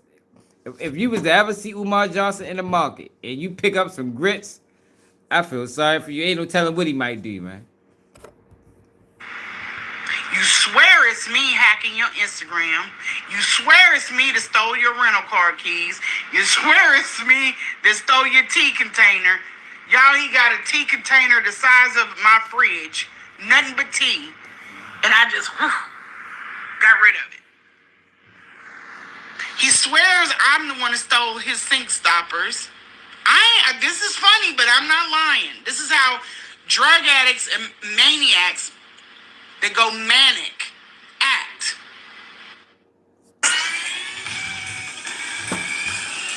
Electrified. Hanguk Tire. Tonight, in your spacious La Quinta suite, your eyes could use a break. After a long day of seeing... I'm the reason for everything. Now I done took off with FDMG's banking statements. I probably stole the blueprints to FDMG too late. This motherfucker tell it. You might as well steal them bitches. The fuck? That shit never go open, so he don't need no goddamn blueprints. The fuck? FDMG blueprints need to be destroyed. Like, that shit, school is never open, y'all. We still trying to get kid money back, too. So, on a couple lives ago, we tried to send Umar Johnson a Cash App request because he stole $250 from one of our supporters. Now, we're going to get that money back, Umar. We need that back. I'm not a health addict. He knew that. He knows where I work. I have to be sworn in where I work. I've touched $1 billion worth of accounts. Why the fuck would I fuck with FDMG paperwork? But you've been caught with an FBI file, so are you an informant? Hold the fuck up We now. shall see. Hold the fuck up now, Umar. These some salacious allegations. FBI files? The fuck is you doing? What the fuck do you got FBI file, Umar? These some wild allegations, man. Hey, yo, if y'all want this to end, donate to the Umar Johnson Lawyer Fund. He just set it up. It's not a GoFundMe. You know, some people would think it's a GoFundMe, but it's not that. It's going straight to the legal team of Dr. Umar Johnson to get this woman to stop talking. You threatened my 20-year-old son. You doxed my 16-year-old son. He's a minor. And you want to come to me about HIPAA. I'm not a healthcare professional. I never told you I was. So what fucking dizzy ass attorneys have you been talking to? None. He ain't get the And here's the other problem with this. You got an attorney for Utah. You got an attorney for my city. But you don't have an attorney to go and get your child. You ain't got no fight in you for that. Hey, she go low with it now. God damn, why keep the kids out of this? I'm the only one that can talk about the kids. But Umar Johnson kids, because they're not really kids. You know, one of them is an adult, but technically still a child. Nobody else can do that, y'all. I'm the only one that said that Umar Johnson need to stop all interviews until he see his kids. I think it should be mandatory. Real life street stars, everybody that interviews this guy, y'all need to make it a qualification that Umar, when you call him, be like, hey, Umar, I want to set up another interview. He be like, all right, yeah, brother, you know, I'll make it out there. But you got to like, hold up, though. Hold up. This interview's going to be different. You like, man, what you mean? You know, Umar, you know, they've been talking about you, man. They've been saying that you a fraud and You know, that now this woman saying you come and tell pro. I think the only way that we can move forward with this interview is if you get both your daughters. Because we heard you haven't seen them. We heard you haven't seen them in years. You haven't spent no time with them. We heard the sisters don't know each other. I think it's only right for you being a Prince of Pan Africanism, the speaker of the black community, a scholar. You know, that's what he calls himself. I think it's only right to have a scholar in the black community get both his kids and have an interview. See what he say. See if the interview ever happened.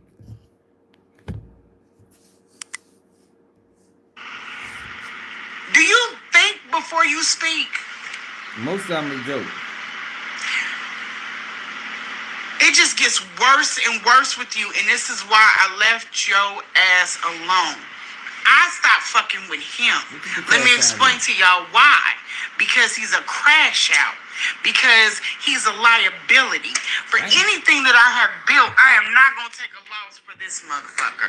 I have never publicly aligned myself with Umar Johnson. And had chances to do it. I've done events. We were supposed to do a boot camp. I've never tried to align myself with him. He wanted to go out to dinner when he came back from Atlanta. I declined. He wanted to take me to Africa. I go by myself. Everything has come from him. This is the woman that was taking care of Umar Johnson's mother, who Umar Johnson refers to as a throat goat. Now, you be the judge. She could be, but we ain't talking about that right now. But this woman is claiming that Umar Johnson is the police. He has an FBI file. Ever since she started speaking out about him, she said these agencies is coming down on her.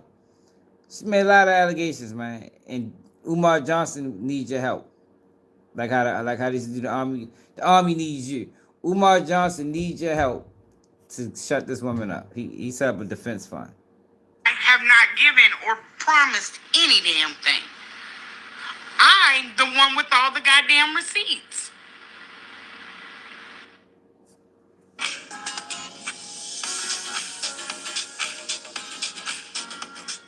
5 shortcuts to building an online business fast. First, I use Fiverr to find an amazing web designer who brought... Now she's not a bad And he looking woman. lives in a Umar fucking Johnson house he looks nice. hoards. It's so nasty in that house he refused to clean. And the only damn thing that he can focus on, since all of this shit's been going on, is posted up where girls done sent him like I give a fuck. What do I care? I left him alone. I got with a man that is known. He's more successful. And we good. I asked Umar, get these people out of my fucking space. He didn't want to get his people out of my space. He didn't want to leave my space. I done got screenshots of him trying to get on my fucking Facebook page. Or not my Facebook, my Instagram page. Why would you send me a friend request? He only had one follower. That was Drug Villa. And you want me to be the second one? What part of I don't want to be publicly aligned with you don't you understand? She kind of came out the blue. I ain't got a hold of this nigga's phone. Maybe he fired her. You know, I think she might have felt like she was used. You know, because I think that was the play the whole time, yo. I think the play. That's just my opinion. You know, I ain't get this from my sources, yo. So this is just my opinion. Y'all know I got sources and then I got my opinion. Now, when my sources speak, 100% accurate. You know what I mean? Because y'all know I got legal sources. I got sources close to the situation. I got anonymous sources too. You know what I mean? So keep that in mind. But I think that Umar Johnson used them. You know what I mean? Umar Johnson used his mother to get close to her, did what he did with her, and I think he cut off. And you know how women get in those type of situations. Now, was she saying true? I don't know. I know one thing for certain. What is true is that nigga ain't seen them goddamn kids. I mean, I think that's a fact. What? I think it's possible he could be with the police based off the fact that he does a lot of talking, and we know in this world you can't do a whole lot of talking. You know what I mean? I know it's a fact that that damn school has been in the process of being built for 35 years now. You know what I mean? Kids said when she donated the money, her son was in elementary. That nigga ready to graduate high school. So that's why we need kid money back. It's getting ridiculous at this point. The mother, he said CPS was called on him a few times about the mother. The mother's in the basement, man. He needed to get them. Oh yeah, I forgot. He needed to get the mother out of the basement. And most importantly, get the mother out the basement and get your kids, man. Get the fuck off. We shouldn't see no real life street stars interview. And it's crazy, right? Because if I was a nigga, right, that interviewed Umar on a frequent basis, after I heard these allegations, after the daughter situation, I'd probably backed up off of him. You know what I mean? That fucking how you? Because it's like you a hypocrite, bro. Like you can't be talking about what black boys need and black family and and all that other shit to be talking. But meanwhile, you got two daughters and they don't know each other. Like yo, that is shit. The fuck you wanna call that?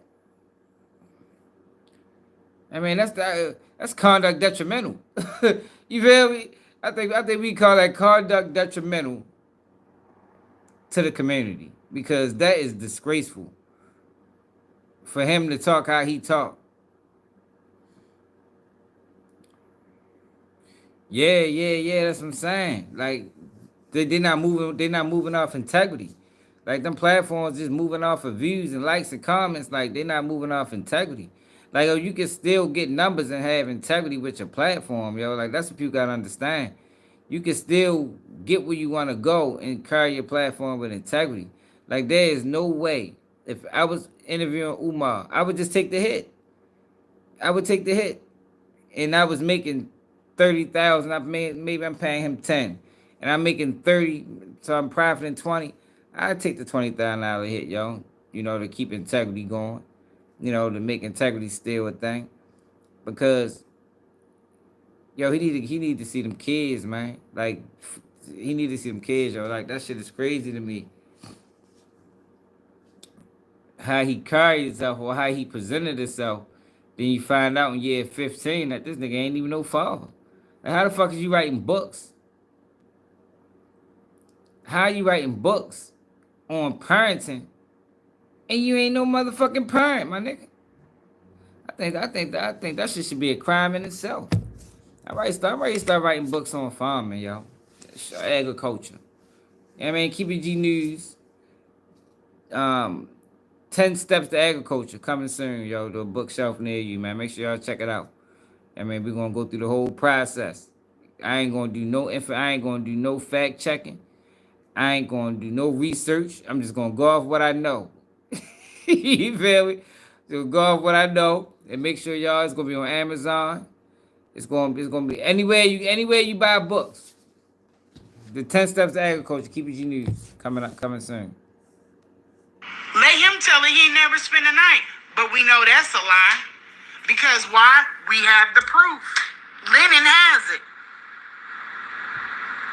He sent text about him spending a night. He just lies. Man, we already start writing books. His nephew, just came out today and backed up everything that I've said. So now I got a witness, and I've dropped all kinds of receipts.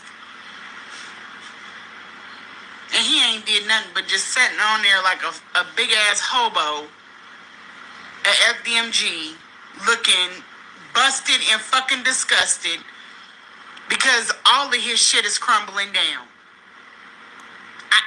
I begged this fucker to leave me alone. He wouldn't do it. He threatened my kids. I'm on your ass, bitch. I'm not gonna get off.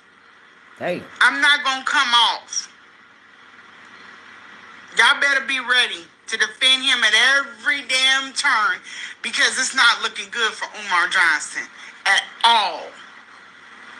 at all. Instead of worrying about his mother and her care, he decides to use the time that he has a care aide looking after her on that IG live, because he'll never go live at home, because his home is a hamster cage.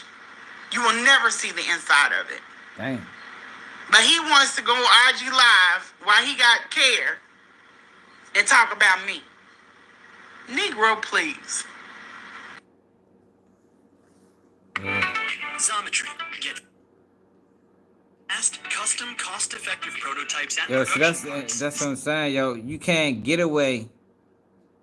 That's why it's better being real, man. You know what I mean? That's why I'm glad I came on the internet who I was. You feel me? All those characters run out. They all run out. Like you gotta do something different. I think that's why he turned to blogging and shit now, because he basically a YouTuber now. Because you can't run that character. Eventually it's gonna get exposed. You know. All lies get revealed in due time, man. And he been living a lie on the internet since 2010. Like, this thing Umar Johnson been around for a while. Like, he lasted. He should be rich by now. He probably fucked the money up. But he should have had some money by now. Yeah, and that's another thing. And that's another thing that make me question him. Like, how is he getting away with that?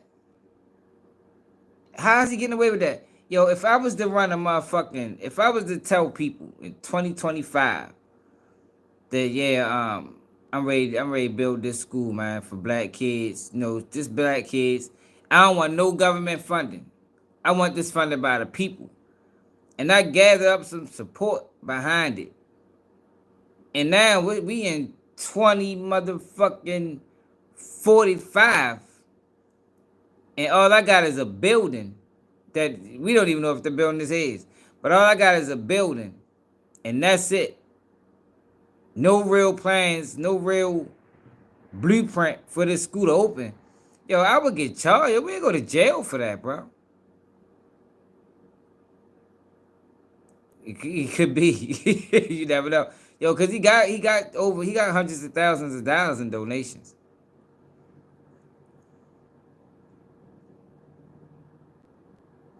Yeah, he got hundreds of thousands of dollars in donations, man. Like, yo, that is a serious federal offense. Like, for anybody else, if we was to do that, they'd say we running a Ponzi scheme. We probably get 15 years in federal prison for that shit, man. Easy. Fast, too. It ain't gonna take 15 years. If we ain't put them numbers up and show some motherfucking real proof that this thing was happening, man, we probably be locked up in 7 years. You hear me? 7 years we be booked, federal case.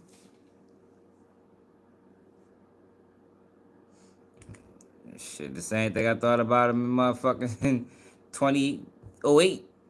I think that shit goofy. Depending on where you from, though. If that was always a part of your that was always a part of your lifestyle, and that's what y'all do where y'all from, then.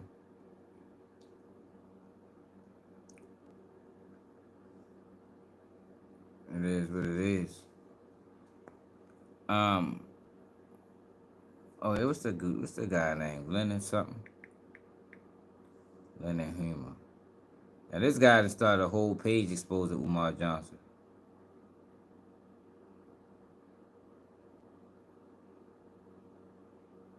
Like, this nigga got a whole page designed. So he been on the exposing Umar Johnson tour. This guy right here, this nigga whole page is about exposing it. The fuck was that? Exposing Umar Johnson. More troubling stories about Umar Johnson. We should take a trip as a family. If you can leave your work behind. Strictly family time. Thank you for calling back in. I appreciate it. Okay, go ahead and continue, brother. So I don't know what you got, so I'll just start from the top. So basically, I dated this lady from 2014. I met her, and she told me that before she dated me, she dated Umar. she was reluctant to tell me this because of, all the riffraff that he was getting into. We used to watch her videos back in like 2019, and then she would always add behind the scenes about the behavior that he was doing. And like, oh, that's right, he would do that with me, and so on and so forth. So she didn't want to confide in me at first that she dated Umar because she was very disappointed. She was just getting into the conscious community, and she reached out to him because she was having trouble with her nephew. I'm like, okay, here we go. So they started. I'm starting to see a pattern. I'm seeing a pattern of behavior, man. Umar Johnson, he is a slick little motherfucker, boy. He gonna do whatever it takes to get in. It could be grief counseling. It could be children. Umar Johnson is the motherfucking coach. Umar Johnson is the coach that you gotta keep your baby mother away from, man. You hear me? If your baby mother is taking your kid to practice, Umar Johnson is the coach, watch the fuck out. Cause that nigga vicious, boy. That nigga like a motherfucking predator. You hear me? That man on everything. For real. It's starting to look like he uses his little avenues and his little, whatever you want to call it, the luring women. Not on no wild shit, but just on some sneaky shit. Out to him because she was having trouble with her nephew. I'm like, okay, here we go. So they started a conversation over the phone. He asked for a picture. She sends a picture thinking like, it's harmless. And next thing you know is like, can you find me a venue in your state, the Midwest, so I can come out there and see you, and then I can do the lecture and you could be my guest and whatnot. She's like, I'm just gotten into this field right now. I don't really know anybody. So 2 weeks later, lo and behold, he's having a lecture in her state. So he invites her out there, right? So she's sitting there in the front row and everything, but he doesn't really acknowledge her in front of others. So she was so disappointed in him. So after the lecture, she was just distraught. Like, you call me out here, I'm your special guest. You act like you don't know me. He catches up with her like in the parking lot and says, I can't show people that I'm with you. There's a lot of people that are jealous, of who I'm dating. And she was light skinned with light eyes. She's like, I can't be seen with a light skinned, light eyed sister. I would never hear the end of it. Right. So we always talk about that because you talk about his being color conscious and whatnot. He's got to be blackety black, black, black. And she didn't fit that mold. So he kind of like pushed her to a side. So anyway, they started dating, and then she would just tell me stories of him always coming out to see her. She never went out to see him. So she would always like, I'm gonna come in town for a weekend. Can you put me up? And he would always stay with her. And he would always want to go to White Castle. He always would want to go to the Chinese food spots. And it's funny because he always talked about, the Asians taking our money and doing this and that. And that's the first spot he would want to go to. Yeah, fuck no. Hey, yo, fuck no. That's not Umar Johnson at the Chinese food spot, man. Yeah.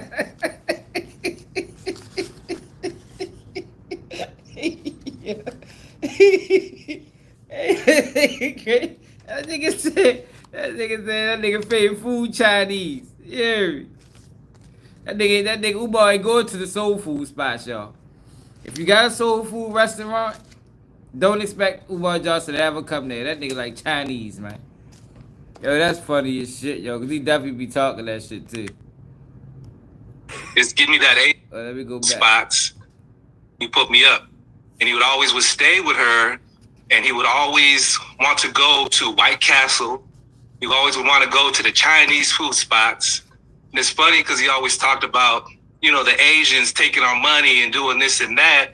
And that's the first spot he would want to go to, is give me that Asian spot. Right. So she said one time he was at the house. She still have to work because she's got a life, and he's just laying up, parlaying in her house all weekend.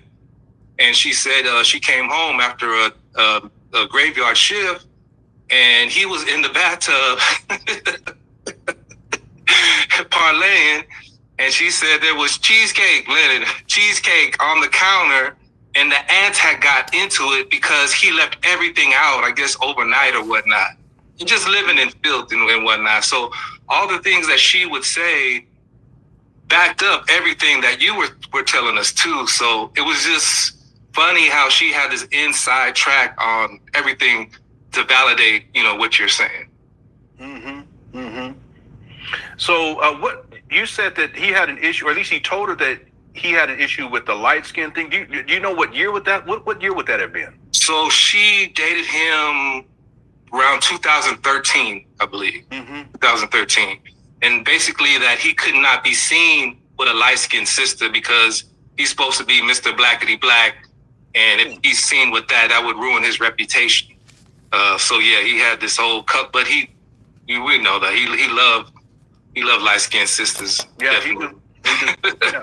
And then the other thing is him not acknowledging her there. It might have been just him playing mind games too, though. You know what I mean? I think she wasn't the only special guest that he had there. Yeah. So he kind of, he's kind of played it off like that. But so what happened was, so he came out another weekend because he was supposed to talk to her nephew. That was the whole thing about him hooking up with her. So his nephew had a football game, and her brothers and uncles were all there. And she said, man, Umar was just scared, didn't want to say nothing. He's supposed to be Mr. Black Conscious. I'm saving black boys. He wanted nothing to do with the nephew. Couldn't hold a conversation with him. I told you what it was about. Umar, I think he's slick. Y'all here fucking his supporters. He a dirty motherfucker, boy. That's like fucking one of your sales. Sneaky bastard. You out this bitch luring in women under the disguise of black consciousness. He a dirty motherfucker. I knew something wasn't right by. I should have known he was doing that, y'all. I should have fucking known it. It's like ready to go. When are we gonna leave?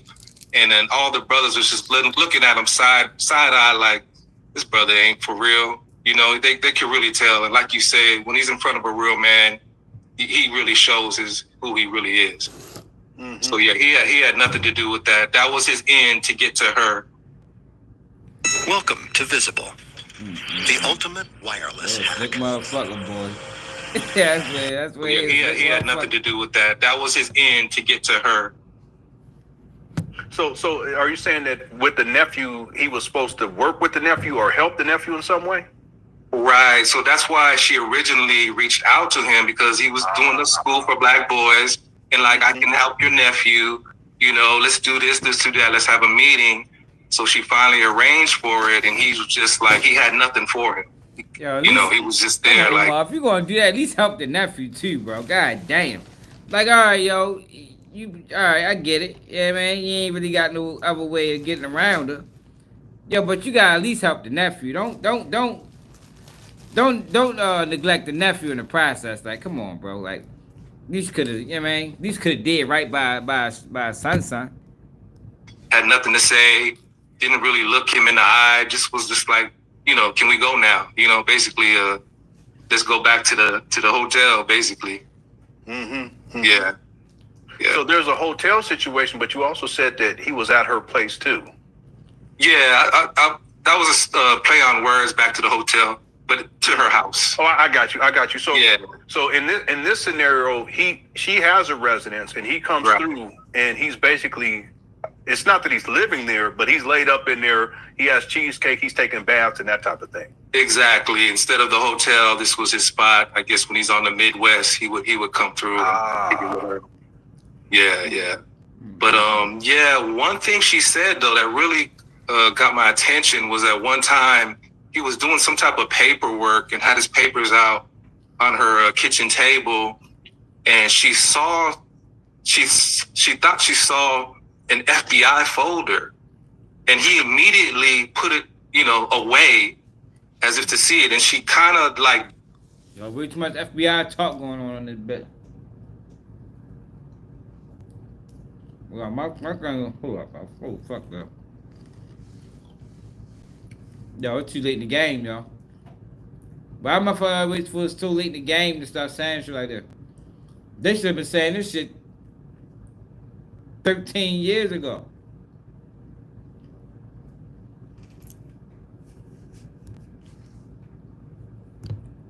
did I see what I just saw? But she never confronted him on that. And so we would talk about that. Like, do you think he's an informant? You think he's an agent? Or could it be that was researching Contra Pro, right?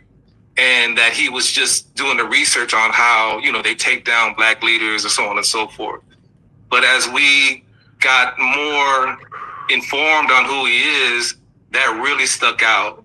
But again, will an informant like that have an actual FBI folder that they're looking at with FBI logo and whatnot? So we kind of just wrote it off. Well, the thing is that if he's researching, it still wouldn't have that logo. Yeah.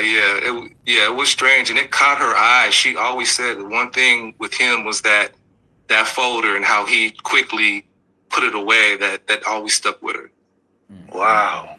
Yeah. Because I have him saying in a lecture, I think it was a lecture, it might have been an interview where he's saying that he has to be careful about getting too close with the sisters because he has important paperwork sitting out. Anyone in the Cook Chat, remember this, at the one, he has important paperwork and he doesn't want them to see that paperwork. That's what comes to mind when you're telling me that. Yeah.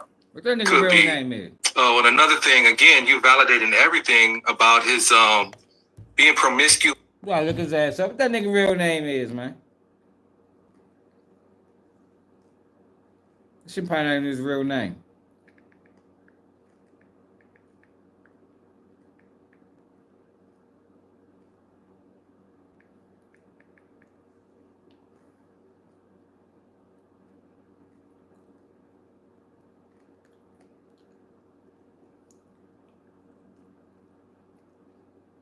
His name was Jermaine Shoemake.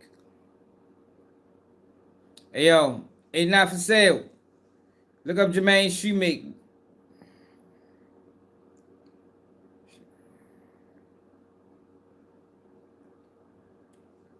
The fuck wrong with my motherfucking internet?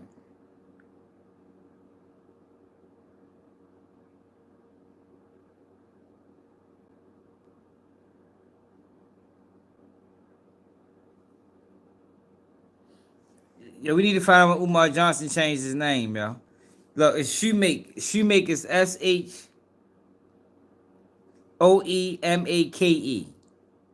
So make is Shoemake, like how it's pronounced. Jermaine, Jermaine, Shoemake. Hey, Flim Flam, you in here? We need to type that shit on Pacer, man. See what the fuck is up with you. Maybe that nigga had a case or something. I mean, nigga probably a fucking real con artist, for real. All these niggas be changing their name. I just was watching some shit on Candace Owens when she was talking about Ghislaine Maxwell father. How he changed his name a million times. All these people changed. Whack 100 changed his name. Why everybody changing their name, yo? Y'all know that's strange? All these people just name change. What's Charles White? Is Charles White, is that really his real name too? The fuck he changed his name to?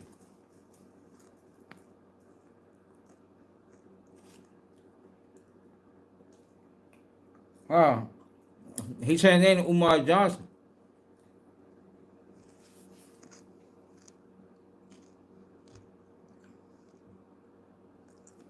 Look.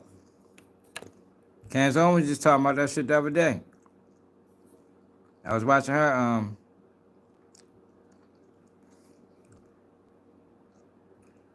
she was talking about the Jeffrey Epstein shit. You see?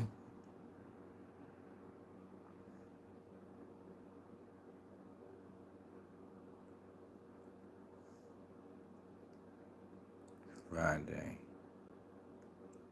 Yeah, I think it was Friday I was watching that.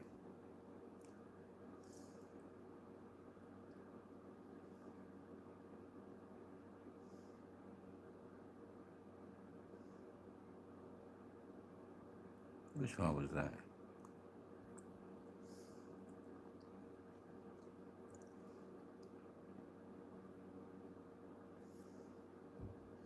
I think it was this one. Ready? Ready to start eating healthier? Meet Kachava. Kachava is the word. And if you start saving, you may be.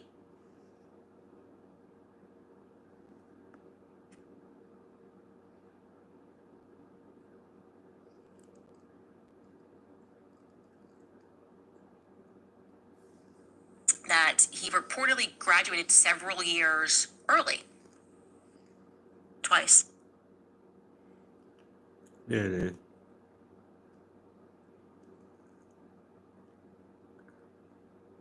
To 1940. What we do know is that he was arrested as a communist agitator, and he was among the Czech refugees that made it into the English camps. And then the story gets kind of weird because despite being a communist agitator, he was allowed to join You talking about England's... Delane Maxwell father. She was talking about how these people all seem to make a whole bunch of money real fast. It's strange. We got some strange characters like Charles White. They all seem to just go from nothing to something like this. It's a lot of weird shit going on, y'all. Pioneer Corps. That's the only British unit that was open to foreigners. He then begins using two other names. Those two names are Ivan Leslie du Maurier, and also he uses the name Leslie Jones. Okay. He's assigned at that moment to work in Paris, and that is when he meets Ghislaine Maxwell's future mother. Her name is Elizabeth Maynard, and he marries her on March 14th, 1945. How old is he? Let's see. How old is Dr. Umar Johnson? Umar Johnson is 50 years old. So he's 50. August 21st, 1974. So he be 51. At a Parisian town hall. And when he married her, I should be clear, his name was suddenly Robert. Hold on, look. Hold on, we gotta go back. It seemed another day, but he about that down the line. He was a shareholder, controlled a media empire. And I'll tell you this right at the top. The Jeffrey Epstein story really is one that begins with Robert Maxwell. Yes. Robert Maxwell, for those of you that are not aware, is Ghislaine Maxwell's father. He was, while he was still alive, that is, considered to be the Rupert Murdoch of the left. Yeah, he got He killed. controlled a media empire that stretched from England to Israel to France and beyond. He was mostly famous as the owner of Mirror Group newspapers, that is, the publisher of the Daily Mirror. He also owned the Maxwell Communication Corporation, Pergamon Press, Nimbus Records, that was the first British record company to release CDs. Also, the American branch of Macmillan Publishers. We should talk about that down the line. He was a shareholder of MTV Europe, etc., you name it. He was also a shareholder of the French media group TF1. He was very much involved with the French elite. We'll discuss that as well in a later episode.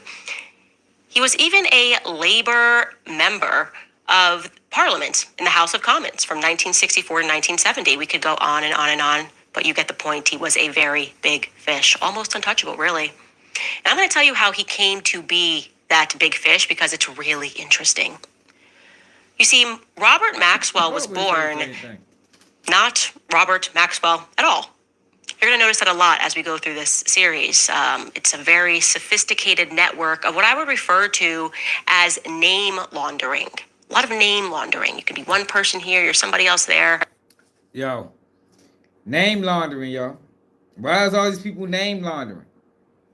How many of y'all changed y'all name? It's like, seriously though, how many of y'all know somebody that changed their name? Yo, but it's like all these guys at some point in time had a name change. They all had a name change, man. It's a little strange, y'all. I'm telling you. That's not typical. That all these name change people end up being motherfucking socialites or somebody of influence or millionaires and billionaires. It's a little suspect, y'all. Hey, William, you changed your name before? A lot of name laundering. You could be one person here, you're somebody else there. And to this day, Robert Maxwell's birth name is still misreported. If you look it up, it'll probably tell you his birth name was John Ludwig or Jan Ludwig. That's what the media says, but that was just another one of his aliases. His real birth name was Abraham Labi Hawk, okay? And he was born in a town called Silos Latina, which is today a part of Ukraine. Diddy changed his name a million times. This little name, Kanye changes his name. Like, what's up with these? Why everybody changing it? I already changed my name. Fuck it. If that's what everybody doing. Shit. There must be some type of secret to it. I mean, must be something to it, y'all, if everybody doing it, y'all. I think we might all just need to change our name, y'all. We need to go file paperwork tomorrow. We're going to do a mass name changing. You know what I mean? We can all link up. We can do it on live. And we're going to all go down to the courthouse and file paperwork to change our name. Shit, we might get rich in 3 years. Never know. It seems like that's what's happening with everybody else that do it. Brain. Guys, I found the perfect complement to no-code builders, Fiverr. My coding knowledge is pretty much called Silos Latina, which is today a part of Ukraine. I gotta tell you guys, Ukraine just keeps consistently coming up in all of my research, and it's starting to freak me out a little bit. Anyways, when he was born, it was 1923. That was the year. And that town was a part of Czechoslovakia. And in terms of who was in his family, his own family, by the way, he's apparently a distant relative of Eli Wiesel. Now, this guy is very controversial. We don't have that much time to get into it. We'll have to save his story for another day. But he essentially becomes the face of Auschwitz. He published tons of literature about what happened while he was at Auschwitz. Candace Owens might be in trouble unless she part of the play too. But I don't think they like this type of reporting. But see, this is what you're supposed to do though. That's why I fucked up at. You gotta get there first before you start exposing shit. You know, I came in off the rip. You feel me? Like, exposing shit, calling out fuck shit, calling out plays and foolery. Candace Owens waited until she got to a point where they couldn't stop her. I mean, well, they couldn't stop her message. But she digging deep lately. I think this Epstein shit really pissed her off. Yeah, I think this Epstein shit really pissed her off, and now she just going in. But you gotta be careful. She already said that she ain't suicidal, so that's that. She gotta be careful though. As a survivor, and then other survivors of Auschwitz said he was making it all up and he was never there. And then they couldn't find him in the records, and they said, I mean, this is another Auschwitz survivor, that he was stealing the identity of another person who was there, but it wasn't him. It gets crazy. I only mention that because you will again see that identity crisis could have been the name of this series. It seems to be a running theme in this family. And also identity crisis is a running theme with anything that involves Israel. Anyways, back to Abraham or Jan or Robert. The story goes that he is from a Hasidic family. He studied at the yeshiva, and his parents wanted him to become a rabbi. At the age of 12, he joined what's known as the Batar movement. And that is a young Jewish nationalist movement, a nationalist Zionist movement. And if you're wondering where that Batar is actually a location, you can see where this is going, in Palestine, present-day Palestine in the West Bank. From there, it is said that he joined the Czechoslovak army, and then he was in exile, a refugee that apparently participated in the French campaign. Now, I'm saying apparently because he has presented himself, Robert Maxwell, no less than 5 different versions of what his activities were from 1939 to 1940. What we do know is that he was arrested as a communist agitator, and he was among the Czech refugees that made it into the English camps. And then the story gets kind of weird because despite being a communist agitator, he was allowed to join England's Pioneer Corps. That's the only British unit that was open to foreigners. He then begins using two other names. Those two names are Ivan Leslie du Maurier, and also he uses the name Leslie Jones. Okay. He's assigned at that moment to work in Paris, and that is when he meets Ghislaine Maxwell's future mother. Her name is Elizabeth Maynard, and he marries her on March 14th, 1945 at a Parisian town hall. And when he married her, I should be clear, his name was suddenly Robert Maxwell. He uses the pseudonym when he's married, Robert Maxwell, and that's what he's going to use into the future. So at the moment, our family chart looks like this, okay? Robert Maxwell, here he is, a.k.a. John Ludwig, Abraham Libby Hawk, Ivan Leslie du Maurier, and Leslie Jones. Nothing to see here, folks. Anyways, he then gets stationed in Berlin as a liaison officer with the Red Army. And the task that he gets is quite significant, okay? They have tasked him, this is the British intelligence agencies. We're gonna listen to that in the car. Yeah, this is a hell of a video she put together. I ain't gonna lie.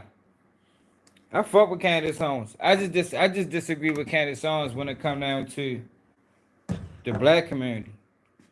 But when it come down to a lot of the other shit she say, I fucks with her. You know what I mean? She just wrong. She just be out of order when she's speaking about black people and the issues and how they came about and what need to be done to fix it. I don't think she's qualified to speak on that. It don't matter how many books you read. The best teacher is experience. And her being from where she's from, which is has a relatively small black population, I don't think she truly understands the issues that goes on in the community. But when it comes down to things that she speak about, like politics and the way the world is going, I think Candace Owens be spot on for real.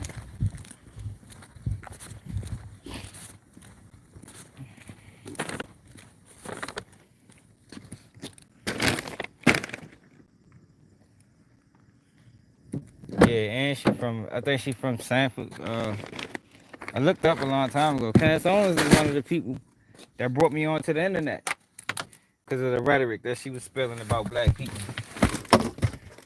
And I looked up before. I think she from Sanford, Connecticut. Like 5% black or something like that. Something like that. Oh shit, I forgot I had a charge in here already.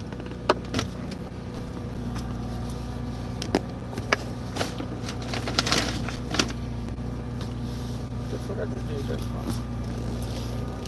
Oh shit. Hold on, man. We'll get back to it.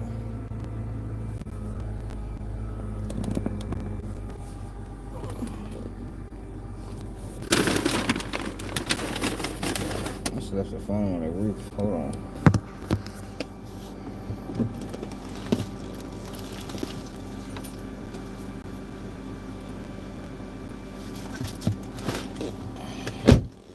Tasked him, this is the British intelligence agencies, to partner with a German publisher. The publisher was Springer, and he's partnering with them under the guise of selling scientific journals that were published under the Third Reich, but therefore were banned from export around the world. So he's teaming up with them. I can move this product for you. And then in 1951, just a few years later, he takes control of that German publishing house, Butterworth Springer. Very much focus on these scientific journals that were published under the Third Reich. Why are they so focused? Why do they want? You couldn't find that no Umar. Not even Jermaine. What the fuck it was? Jermaine whatever Smoke. You couldn't find none of that name either. They probably scrapped his ass off the internet. I'm gonna get Flim Flam on him. Hey Flim Flam, you watching? We got a name, man. We got a name we need looked up. The scientific journals, it might make sense as we get further into the story. Anyways, Butterworth Springer then gets renamed Pergamon, the Pergamon Press. And you should know that this was not out of his own interest in publishing. He didn't go about this because he wanted to be some big publishing magnate. It was actually because he was funded to do this by an extremely powerful family, by extremely powerful people. Like I said, this was an MI6 intelligence operation that was funded by Sir Charles Hambro. He is the director of the Bank of England. Sir Charles Hambro was from one of the most prominent families of the British banking establishment. It is the British banking establishment then, we can say, that had an interest in this publications, whatever Germany was publishing at this time under the Third Reich, and that Hambro headed the special operations during the Second World War. In essence, I'm going to make it very clear, Robert Maxwell was just an intermediate. So basically what she's been doing is going through this whole orbit of Jeffrey Epstein and everything that he got going on. And she's showing that, it's a lot of questionable activity that was surrounding everything involving, like a lot of questionable activity. Like he working on behalf of Israel. Like he working like he's an agent. And that would answer a lot of questions as to why America reacts the way it reacts when it comes down to that country over there. Just an intermediary, okay? And the British decided that they needed him to be an intermediary elsewhere, also in Russia. So in 1954, they send Maxwell to Russia, and he puts forth the idea to the Russians that, hey, I could publish and translate for you Russian scientific articles. Again, this interest in science. Germany, Russia, going in there, and they then give him access to Russia and its scientific secrets. I think we can connect the dots here. They were also interested in German scientific secrets. This guy's going over there pretending to be friends, and he's translating stuff, presumably for England, but actually no, because here's where it gets interesting. England. Shopping for car insurance is my personal arch nemesis. Spam calls, endless websites, info overload, all these comparison sites made me enter the same info, but never showed me the final quote. Then I found Jared. It gets interested. England, or people within at the tippy top, were getting quite suspicious about Robert. They think, I don't actually believe he's working for us. I think he's actually working on behalf of Russia. I think he's working for the KGB. And according to the British Foreign Office, the files that have since become public and were published in 2003, they started to believe and find out, they are able to confirm, that he was funded by Russia. So they kick him out of Pergamon Publishing, and they allow some American guy to run the company instead. Now on the KGB side, they eventually do acknowledge that he was in fact a very high up Soviet agent, but he was so high up that even the high up Soviet spies were not allowed to deal with him directly. Damn. And so his allegiance to the Soviet cause was also questioned. The heck was this guy truly loyal to? Nobody. Eventually, it would become apparent that he was not loyal to the crown. He was not loyal to the Soviets. It was actually Israel that held his true allegiance. As early as 1948, he played a major role in the decision of the anti-Stalinist Czechoslovakian government to arm the Zionist paramilitaries. Right? He personally participated in the smuggling of aircraft parts during the 1948 war that led to the creation of the state of Israel. So the man who the British intelligence agencies described eventually as a Zionist that was loyal only. She's showing paperwork. I'm gonna show you. I'll just hold the phone. Well, she be copywriting videos to Israel. He was throughout his career a prominent Mossad agent. It totally makes sense given his earlier association with the Batar, that Zionist group, after his parents wanted him to become a rabbi. We learn more about Robert Maxwell through the lens of Victor Ostrovsky. Now, if that name sounds familiar to you, it is because he is the man who notoriously defected from the Mossad. If you don't know him, you should become familiar with his work. He felt that he had to defect because their activity was fundamentally unconscionable, and he ended up writing a book revealing Mossad secrets. The book is entitled By Way of Deception. He claims, by the way, that that is the Mossad motto. By way of deception, thou shalt do war.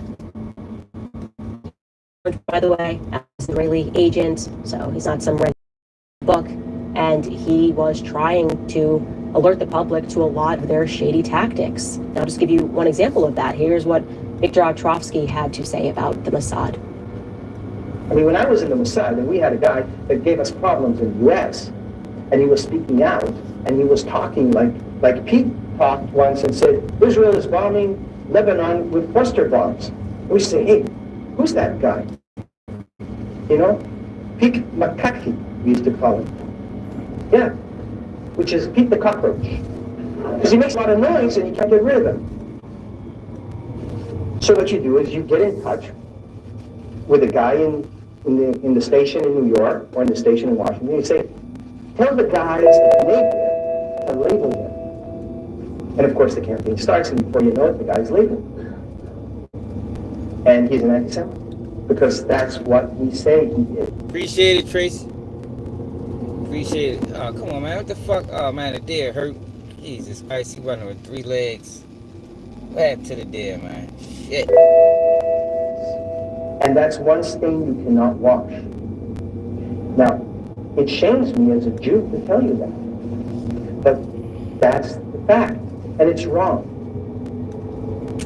Very honest, we've been seeing a lot of that as of late, as we start asking questions, meaningful questions that we deserve the answers to, particularly as it deals with Jeffrey Epstein and Ghislaine Maxwell. Anyways, Victor claims that regarding Robert Maxwell, quote, the Mossad financed many of its operations in Europe with money and by the Mirror Group Publishing. And the moment that he got it, they took all of the pension fund money and they spent it. Damn. So that they could fulfill clearly Israel's interests. Robbing pension funds to support Israel, okay? I think what we can refer to then, this whole, he's pretending that he's a publishing magnate and he's in Germany and he's in Russia and now he's this strategy, this repeat strategy as the Midas touch, right? We saw this in the story of Emmanuel Macron, a person that's just kind of selected, given a historical background. Suddenly we think that this person's really powerful and amazing and intelligent. It's pretty much the exact same strategy here. Robert Maxwell has somebody giving him money behind him, and he's growing more and more powerful in business. Oh my God. Yo, this is why. Look at all that gunk. We pretty much take it all. Fridges and dishwashers, dressers, drawers, couches, mattresses, bed frame. Business. Yo, this is why, yo, I don't be caring about, or I don't be wanting to hear none of that. Oh, he did this, or she did that, or they need life in prison for this. I don't be wanting to hear that shit, man. Trying to hear that shit, man. You heard. Don't talk to me about no criminality. One of the biggest crimes, and nobody face any consequence behind it. That's why I be out for people that be wondering. That's why I be like that, man. Because I know things like this go on. And it's allowed to go on. And people make millions and billions cutting all corners. But the minute you cut a corner, they be trying to give you 35 years in prison for something fentanyl. Man, I don't be trying to hear that shit, man. For real. All she talking about is criminality. This man got away with it for years. Made billions. Turned his whole family up. And ended up getting murdered in the process, allegedly. But the money's still circulating. It ain't stopped the money. The money already made by that point. Most people will sacrifice their life for $100 million. If it was guaranteed that your family would be billionaires, you had to die, it's people that will sacrifice that, man. Believe it or not, for the betterment of the family.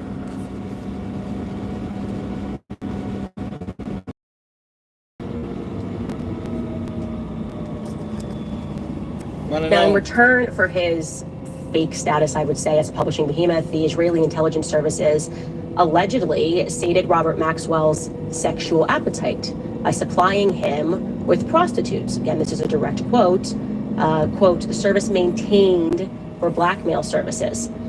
Since it was revealed that the hotel that he was staying at was actually rigged with cameras, which allowed Mossad to acquire a small library of video footage of Maxwell in sexually compromising situations. So even though he's working for Israel, Israel is taking out an insurance policy.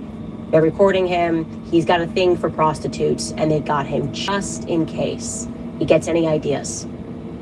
Which, by the way, knowing that they perhaps, maybe he did know they had this. That's a dirty game.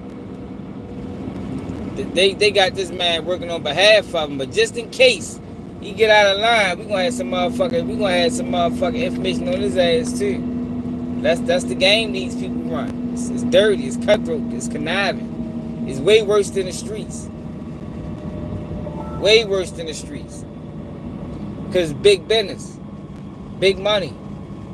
Catalog of evidence against him, since they were the ones supplying the prostitutes. That might explain why Robert Maxwell was so loyal to Israel that he even ratted out his fellow Israelis, or other Israelis, I should say, who tried to do the right thing. So let me tell you this. There was this guy, Mordecai Vanunu. He was a nuclear technician, an Israeli, but he was also a peace activist. He did not believe in weapons of mass destruction. So when he was working in that capacity and discovered that Israel was in fact building weapons of mass destruction related to the extremely controversial Dimona nuclear facilities, right? The nuclear facilities that for a long time they claimed they totally didn't have, he tried everything in his capacity to alert the world to what they were building. He took pictures, and then he took the information that he had, unfortunately, to Robert Maxwell's mirror publication. Then doing what he should have done as a British citizen, sensing a threat and saying, hey, they are building a nuclear stockpile. He alerted the Israelis. Robert Maxwell decided to take that information and alert the Israelis that this guy was defecting. And what did the Israelis do? Well, they lured Vanunu to Italy. And then they drugged him. And then they abducted him. And then they secretly transported him to Israel and ultimately just convicted him in a trial that was held behind closed doors. Dang. Yeah. The only democracy in the Middle East. Dirty work. Vanunu then spent 18 years in prison, including more than 11 of those years in solitary confinement. He's still being harassed by the Israeli government to this They treat his ass like motherfucking Larry Hoover. day, who view him as a traitor. What are you going to do? That's what it means to be friends with Robert Maxwell. Ever the negotiator, however, Robert Maxwell also played mediator between Edgar Bronfman Sr., I want to remember his name, Edgar Bronfman Sr. At this point in time, he was the president of the World Jewish Congress, and Maxwell was playing mediator between him and the Soviet authorities during what came to be known as the Refusnik crisis. Essentially, suddenly Israel wanted to get a lot of their people. The superfoods in this drink really are the best. With the fruit and veggie blend, the adaptogens, Protein. Came to be known as the Refusnik crisis. Essentially, suddenly Israel wanted to get a lot of their people out of Russia. Russia was refusing to allow these people to all just go to Israel, and he then plays negotiator and makes it happen.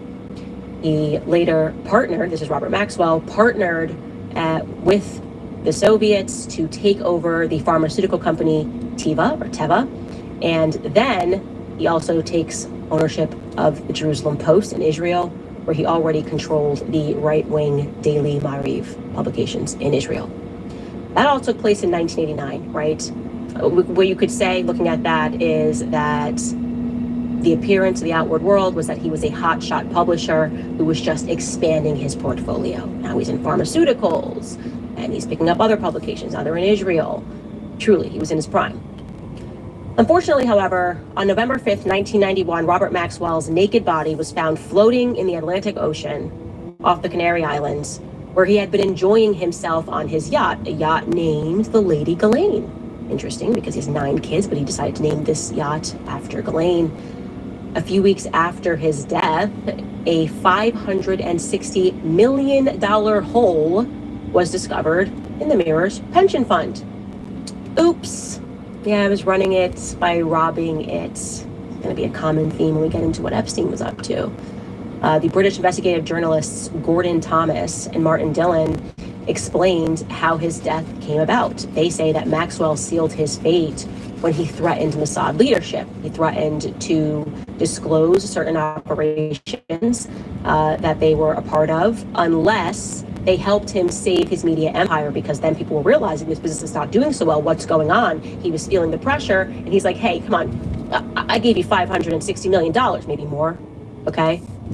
Give me something to save my company, or else, you know? I gave you this slush fund, come on, have some decency. And they didn't have the decency to do that. Instead, they deemed that Maxwell was too dangerous, and so the Mossad leadership reportedly, allegedly, ordered his assassination 3 months later. No biggie though, no hard feelings, because they did still show up to his funeral. They wanted to show their appreciation for all of his work, his commitment.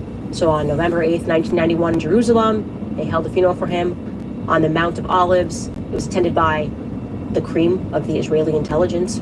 There was no fewer than 6 service heads. There were politicians, including Chaim Herzog, Ehud Olmert, Shimon Peres, and the current, at that time, Prime Minister, Shamir, who delivered the eulogy, by the way. Prime Minister Yitzhak Shamir delivered the eulogy. And in his eulogy, he celebrated Robert Maxwell as the man who did more for Israel than we can explain today.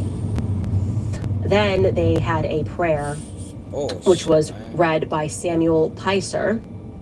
And that is also another name that you should remember. We'll get into that. So you got Samuel Picer, because he's going to be relevant.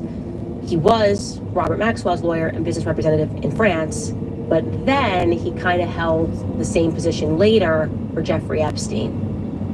Anyways, enough about Robert Maxwell. This brings me to Ghislaine Maxwell. You know, she really was the apple of her daddy's eye. Loved him so much. He loved her back so much so that he names that yacht after her, like I said. Let's get into some interesting facts about her and her upbringing. But first, I'm going to throw it to some of our sponsors. Remind you guys about River.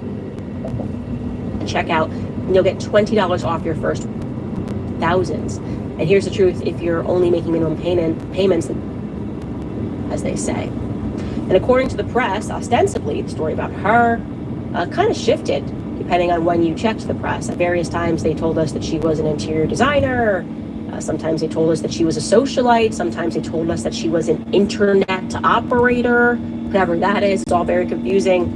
Factually, what I can tell you is that Ghislaine Noël Marion Maxwell was born on Christmas Day of 1961, December 25th. And she was born in France, Maison Lafitte.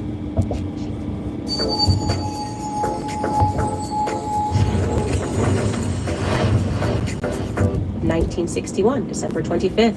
And she was born in France, Maison Lafitte. She spent her childhood very well-to-do, very wealthy, at Headington Hill Hall, which is a casual 53-room palace, Italian mansion thing that's rented from the Oxford municipality by her family. She is the youngest of 9 children. Back in 2003, so this was before Jeffrey Epstein was ever charged for any crimes, the Evening Standard published an interesting article about Ghislaine. They were discussing how she settled in New York after her father's death, how she was picking up her own life. And they wrote this. They wrote, quote, Ghislaine has expanded her social surface, largely thanks to what the real estate developer Epstein has done for her. She has become the queen of the billionaire social circuit. They also wrote, quote, Jeffrey only likes billionaires and very young women and uses Ghislaine as his social pimp. That is very telling. And that same article elsewhere mentions that there were rumors that, quote, the bizarre parties held at Maxwell's house where she invites a dozen young girls, then brandishes a whip and teaches them how to enhance their sexual performance, end quote. But again, this was 2003, so Jeffrey Epstein and Ghislaine were just getting away with so much. They were just outwardly, I guess, allowing journalists to know what they were into, and they are into some weird stuff. Now I want to quickly fast forward to the summer of 2019. Now we have unpacked this on the podcast this week. That is the notorious summer when Jeffrey Epstein, quote unquote, kills himself. Leading up to this moment, Ghislaine Maxwell had sort of gone missing. Remember, Jeffrey Epstein was arrested in mid-June. They then transport him to a special housing unit. And then he decides, after only a few weeks in custody, that he just can't take it anymore. Like, he's just, I can't be a part of this anymore. I have to exit life. Of course, during those just a few weeks leading up to his quote-unquote suicide, Ghislaine Maxwell was being hunted down by the media. Jeffrey Epstein gets arrested. He lands at Teterboro Airport, coming back from, of course, Paris. And instantly, the press is in a frenzy going, wait, where's Ghislaine? Where's Ghislaine? Because she's likely very guilty, too. The public wanted her to be arrested as well. And then, of course, Jeffrey Epstein's suicide happened. And I should say right now, it was apparently a very big week for the New York Post.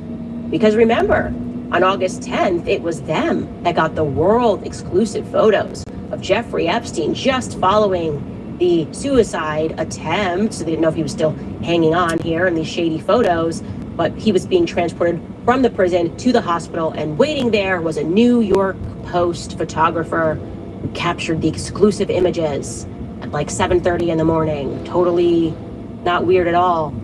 And that photog also has another name, another alias, and he doesn't want to talk about capturing those world's photos or how he got the scoop so quickly, and how quickly he maybe fought traffic to get that photo or to answer any questions about those photos. No, he just kind of falls off a cliff. The New York Post gets the exclusive photos. That's great, right? And I've been kind of telling you guys for a while, the New York Post is an Israeli op, in my opinion, looking at all of the facts that are available to me. Anyways, that was August 10th. Big week for them. They got the exclusive photos. 3 days later, on August 13th, they joined the chorus of other people who are going, whoa, Jeffrey Epstein's now dead. Where is Ghislaine Maxwell? Where is she? And they pretend that they're investigating Ghislaine Maxwell in earnest, right? They start wanting to build trust with their audience. Like, yeah, no, we totally want to find Ghislaine too. And they publish a piece on page 6 on August 13th detailing her sexcapades. A source tells them, and they publish it from the source, that while Ghislaine Maxwell... Don't forget, never forget about the sources, man. Everybody got sources. You need them. Posed for photos in a publication promoting Sotheby's vintage fashion collection, she allegedly also dropped hints about her twisted double life. The source told them, quote, she didn't mention Epstein, but during the session, she recounted how she had just hosted a dinner party for a number of young girls, and that she had put sex toys on every chair. Ghislaine then described how during the dinner party, 2 of the guests, a couple, began in front of everybody demonstrating, I'm just going to say here, a sex act. And the person notes that Ghislaine laughed about that. And that a friend of hers has a theory that Epstein was just like Ghislaine's father, Robert Maxwell, who himself had practiced kind of strange sexual tastes, strange sexual practices, if you will. So that's August 13th. They're like, yeah, no, we want to find this person as well. And then magically, on August 15th, the New York Post gets lucky again, you guys. More photography luck. The world is searching for Ghislaine, and miraculously, the New York Post finds her. Here is the cover of the New York Post, which ran on August 15, 2019, just 5 days after Jeffrey Epstein suicided himself. Now, they ran with the headline, "The Post finds her." Jerry's made headlines over the past year as one of the best ways to save on car insurance. See, most people only shop for car insurance. She did an awesome job of breaking this down. Ran with the headline, "The Post finds her." Don't worry, world, you don't have to look for Ghislaine anymore because the Post has located her. It's so predictable, you guys, I gotta tell you. Now, according to the story that was embedded into the Post, the person who took the photo was just like a regular person who happened to realize that Ghislaine Maxwell was sitting at In-N-Out. And then that person clearly gave the photo to the New York Post, maybe because they had this fantastic luck with Jeffrey Epstein, and the New York Post diligently reported, here she is at the In-N-Out, and believe it or not, she's just in the middle of LA. But man, you guys, I gotta tell you, you might not remember this, but that photo, her in In-N-Out, that turned out to be quite the scandal itself, because there were apparently a few things that were wrong with this exclusive photo published by the New York Post. You see, the Daily Mail decided to check out, after hearing rumors that something was maybe Photoshopped, they decided to check out the metadata of the photo. Oh, the pesky metadata again. And what they discovered was that in the metadata, it was tagged as a photo taken by Meadowgate, okay? Meadowgate, it turned out, was a company owned by a woman named Leah Safian. And when they began looking into Leah Safian, they discovered that she had a dog that looked a lot like the dog that was in the photo of Ghislaine Maxwell In-N-Out. And yeah, it seemed to be sitting under her. So is this a random person who took this photo, or did Leah Safian take this photo, or was she the random person and Ghislaine held her dog or something? No, it turned out, you guys, that Leah Safian also happened to be the attorney and the fixer for the Maxwell family. She was one of Ghislaine's defense attorneys, and yeah, no, this was a staged photo. And as if that couldn't get any worse, the New York Post, the photo itself had some peculiarities, which suggests that it was photoshopped as a twisted joke. Foremost, the poster in the background, okay, if you see the bus stop, she's behind her, just behind the In-N-Out, there's a bus stop, and it has a movie poster for the film Good Boys. Good Boys was in fact a film that was coming out that year or that week, and it was a comedy about the sex lives of preteens. I'm not kidding. She happens to take this photo, okay, her lawyer happens to take this photo of her at the In-N-Out, and behind them is a movie poster about the sex lives of preteens. Yeah, no, the only problem with that is that immediately after this was published, the owners of that bus stop, okay, out front, you might see that on a lot of like these little bus stop cubicle thingies. It says like out front on the top. People actually own those. And out front came out and said, no, that's photoshopped. We never put up that advertisement for that movie. They spoke to the Daily Mail. A media spokesman for Out Front, her name was Carly Zip, gave an on-record statement. She said, we think it was photoshopped. She said, quote, we do not have any records of this Good Boys poster being posted there. Out Front keeps meticulous records of exactly which posters are displayed at the bus shelter locations across the U.S. But Zip insists that the bus shelter outside the In-N-Out Burger, where Maxwell dined, did not have that poster. She said, we have no record of Good Boys having ever been posted. We had our installers check the logs. They even went out there to check. There is no evidence that Good Boys was ever posted. Crazy. Instead, Zip claimed that they were running, since July 28th, a poster advertising the Providence St. Joseph's Medical Center. And by the way, the Daily Mail, they got their reporters down there and they saw that there was an advertisement 4 days later for the Providence St. Joseph Medical Center. And then we decided, like my team decided to go back, you know, on Google Maps, you can go back and see what was outside of In-N-Out. And even though they didn't have anything captured from that August day, we did see that even back in May of 2019, sure enough, they were running a Providence St. Joseph's medical ad. That best ensemble cast thing that you're seeing right there in the picture, that is a Providence St. Joseph medical ad. So they were saying, we do this. This is what was here. We were running that. And so who put that poster in the background? Who did that and why? That's not it, you guys. It's giving Emmanuel Macron's presidential portraits. Oh, is that Andre Gide? Is that the book we put in the background of the pederast? Oh, uh-oh. Just us kind of winking and being sadistic and funny to ourselves. Beyond that, the book Ghislaine Maxwell was reading is really just an FU to the public, okay? The title of that book that she's reading in front of the In-N-Out is The Book of Honor, The Secret Lives and Deaths of the CIA.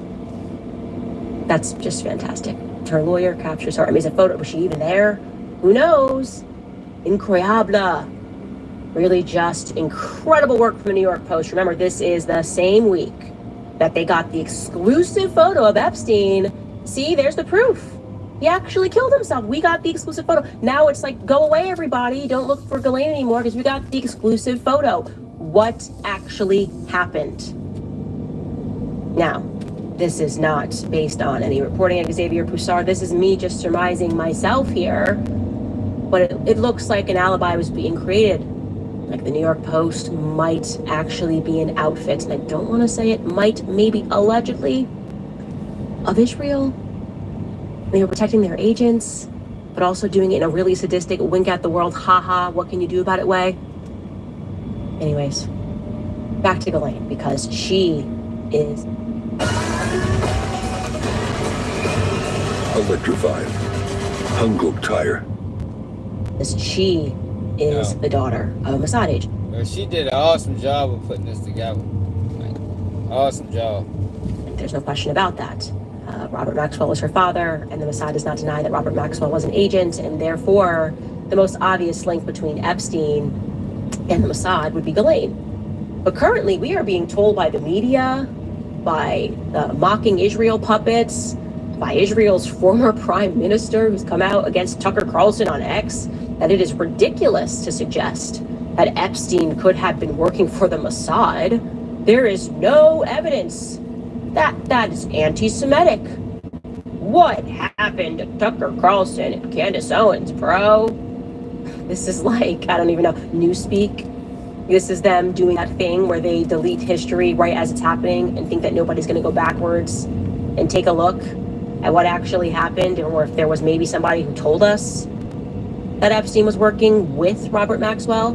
Because the news story that's emerging is that Jeffrey Epstein and Ghislaine Maxwell met in the 90s, right? So they're saying that news story because Robert Maxwell was already dead. That thereby deletes any possibility that Epstein could have been connected to the Mossad via Robert Maxwell. He really just genuinely met Ghislaine Maxwell in the 90s. And I really hate to destroy that narrative. Actually, I'm lying. I don't really hate to destroy that narrative. I actually just hate liars. But here we go. This is a guy I'd like to introduce you to. His name is Ari Ben Menashe. He's a man claimed to have had several meetings with Jeffrey Epstein in Robert Maxwell's office all throughout the 80s. Like a decade before the media is telling you Ghislaine met Epstein. Ari Ben Menashe would certainly know, considering he worked for the Mossad, and he even spent time in prison due to his work for the Mossad because he got caught being an agent for Israel. So I'm going to show you this clip, and credit here to the work, tremendous work, and we'll credit people along the way here. Whitney Webb, Zev Shalev, these people who have been on this Epstein story for years. Well, Zev Shalev has a podcast called Narrative, and he interviewed Ari Ben Menashe in 2019. I'm going to show you a couple of these clips. If you're listening to this on audio, it might be difficult for you to decipher if you're not reading along, but it's okay because I'm going to break down everything after. Here is the first clip. And again, this is Ari, who is speaking with Zalev. Take a listen. So Maxwell introduces you. He says, here's this young guy. Yeah. And did he go by the name Jeffrey Epstein or did he go by a different name? I remember Epstein, Jeff Epstein. Okay. Because he had a different passport that he was traveling in and out of. That's right. Yeah, but that came later. Okay. So he says to you, here's this guy Jeffrey Epstein who I know from around. And your Israeli bosses have approved. Oh, okay. Already approved. So it came down from up above. So what did he do? Can you say what he did for you? Like what kind of work did you guys do together? No, he didn't do anything. Oh, so you met him and that was it? I met him a few times in Maxwell's office. That was it. And did he do any arms deals for anybody else that you were aware of? Not that I know. Because there's the, there's the, I guess it was an he didn't. He wasn't very competent. He didn't seem to be a competent guy. He didn't seem to be.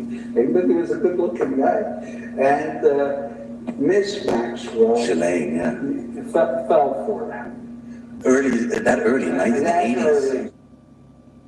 So he is describing how he met Jeffrey Epstein. And yo, she said a man was an arms dealer. She said Jeffrey Epstein was a motherfucking arms dealer, man. Like, who the fuck is this nigga for real?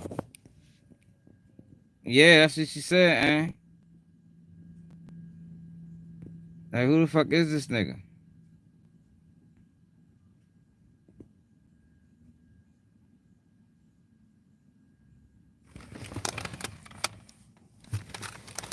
Yeah, like, go to the nigga.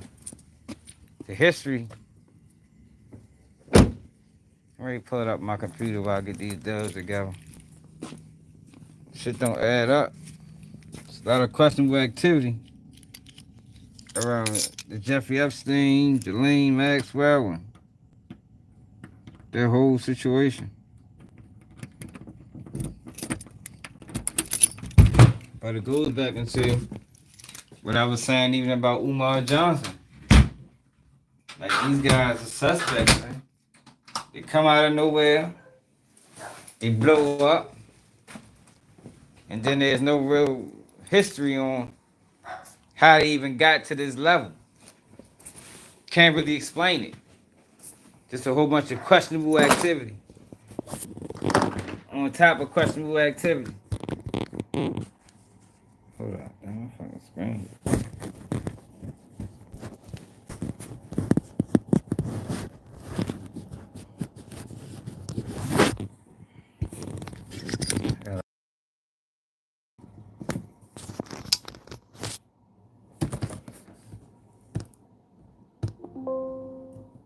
Let y'all watch this shit while I get these dubs together. Hit that like button, subscribe to the channel if you're new.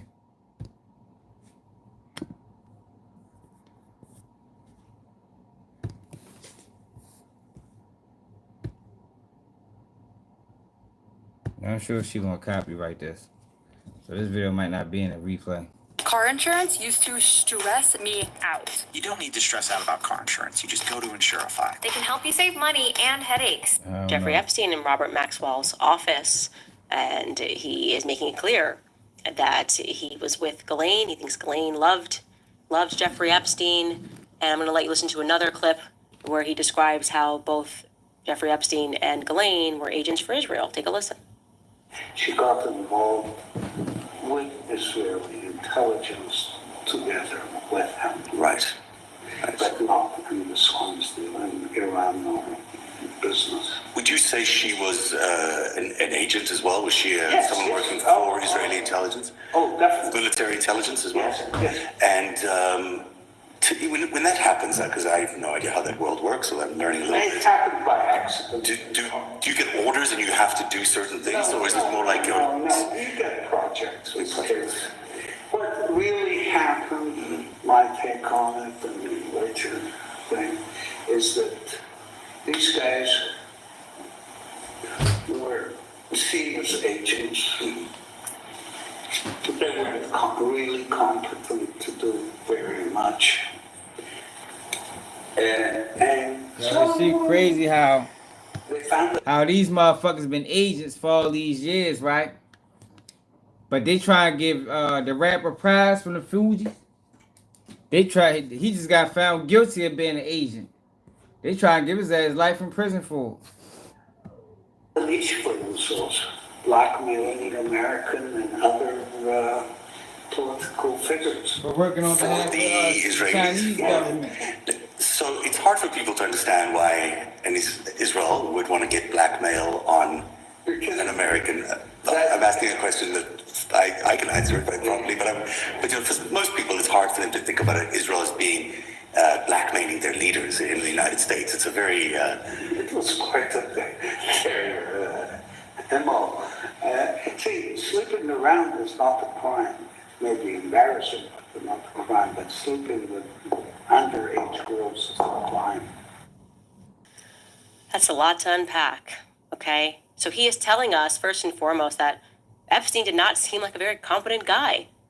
That's incredible, because that lets us know the hand of Midas was upon him. We've discussed, and we will again discuss, Epstein's incredible career.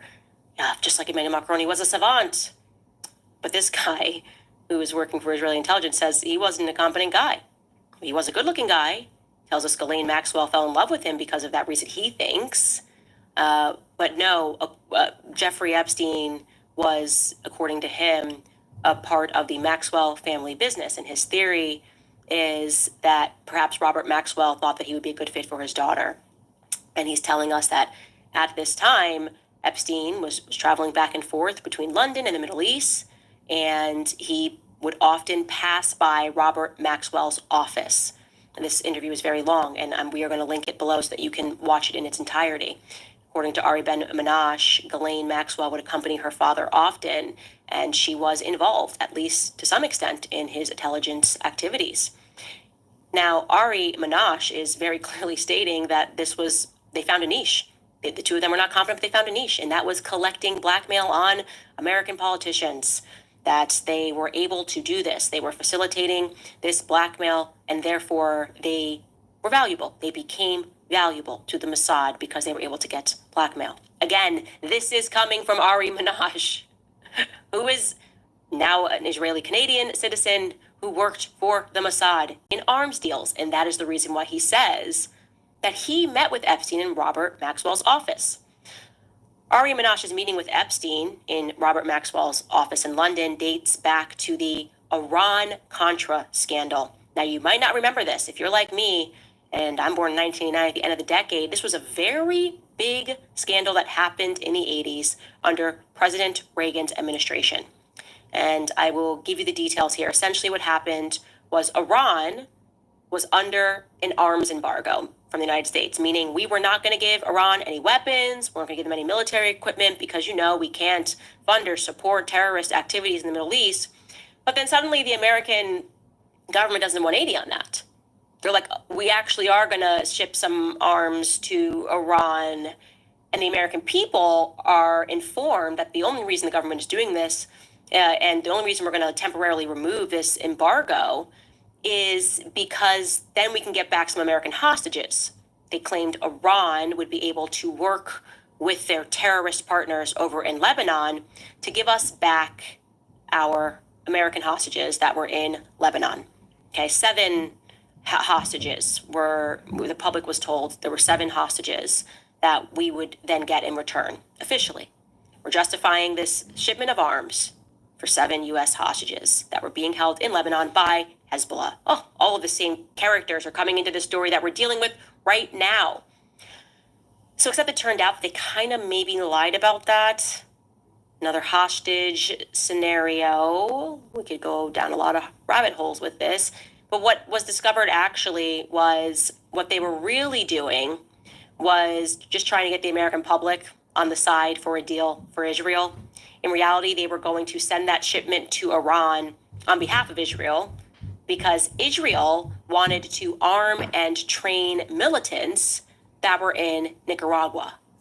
So, by way of deception, thou wilt make war, right? We're going to get really deceptive. They deceived the American public. They wanted the American weapons sent. And then when it came time to hide the transaction, so Iran's going to give them cash. Iran was going to give cash for weapons. And they weren't going to give that cash directly to directly to Israel, pardon me. Instead, Iran was going to give that money to Russia. Essentially, this is like they're going to launder the cash they get for the weapons through Russia.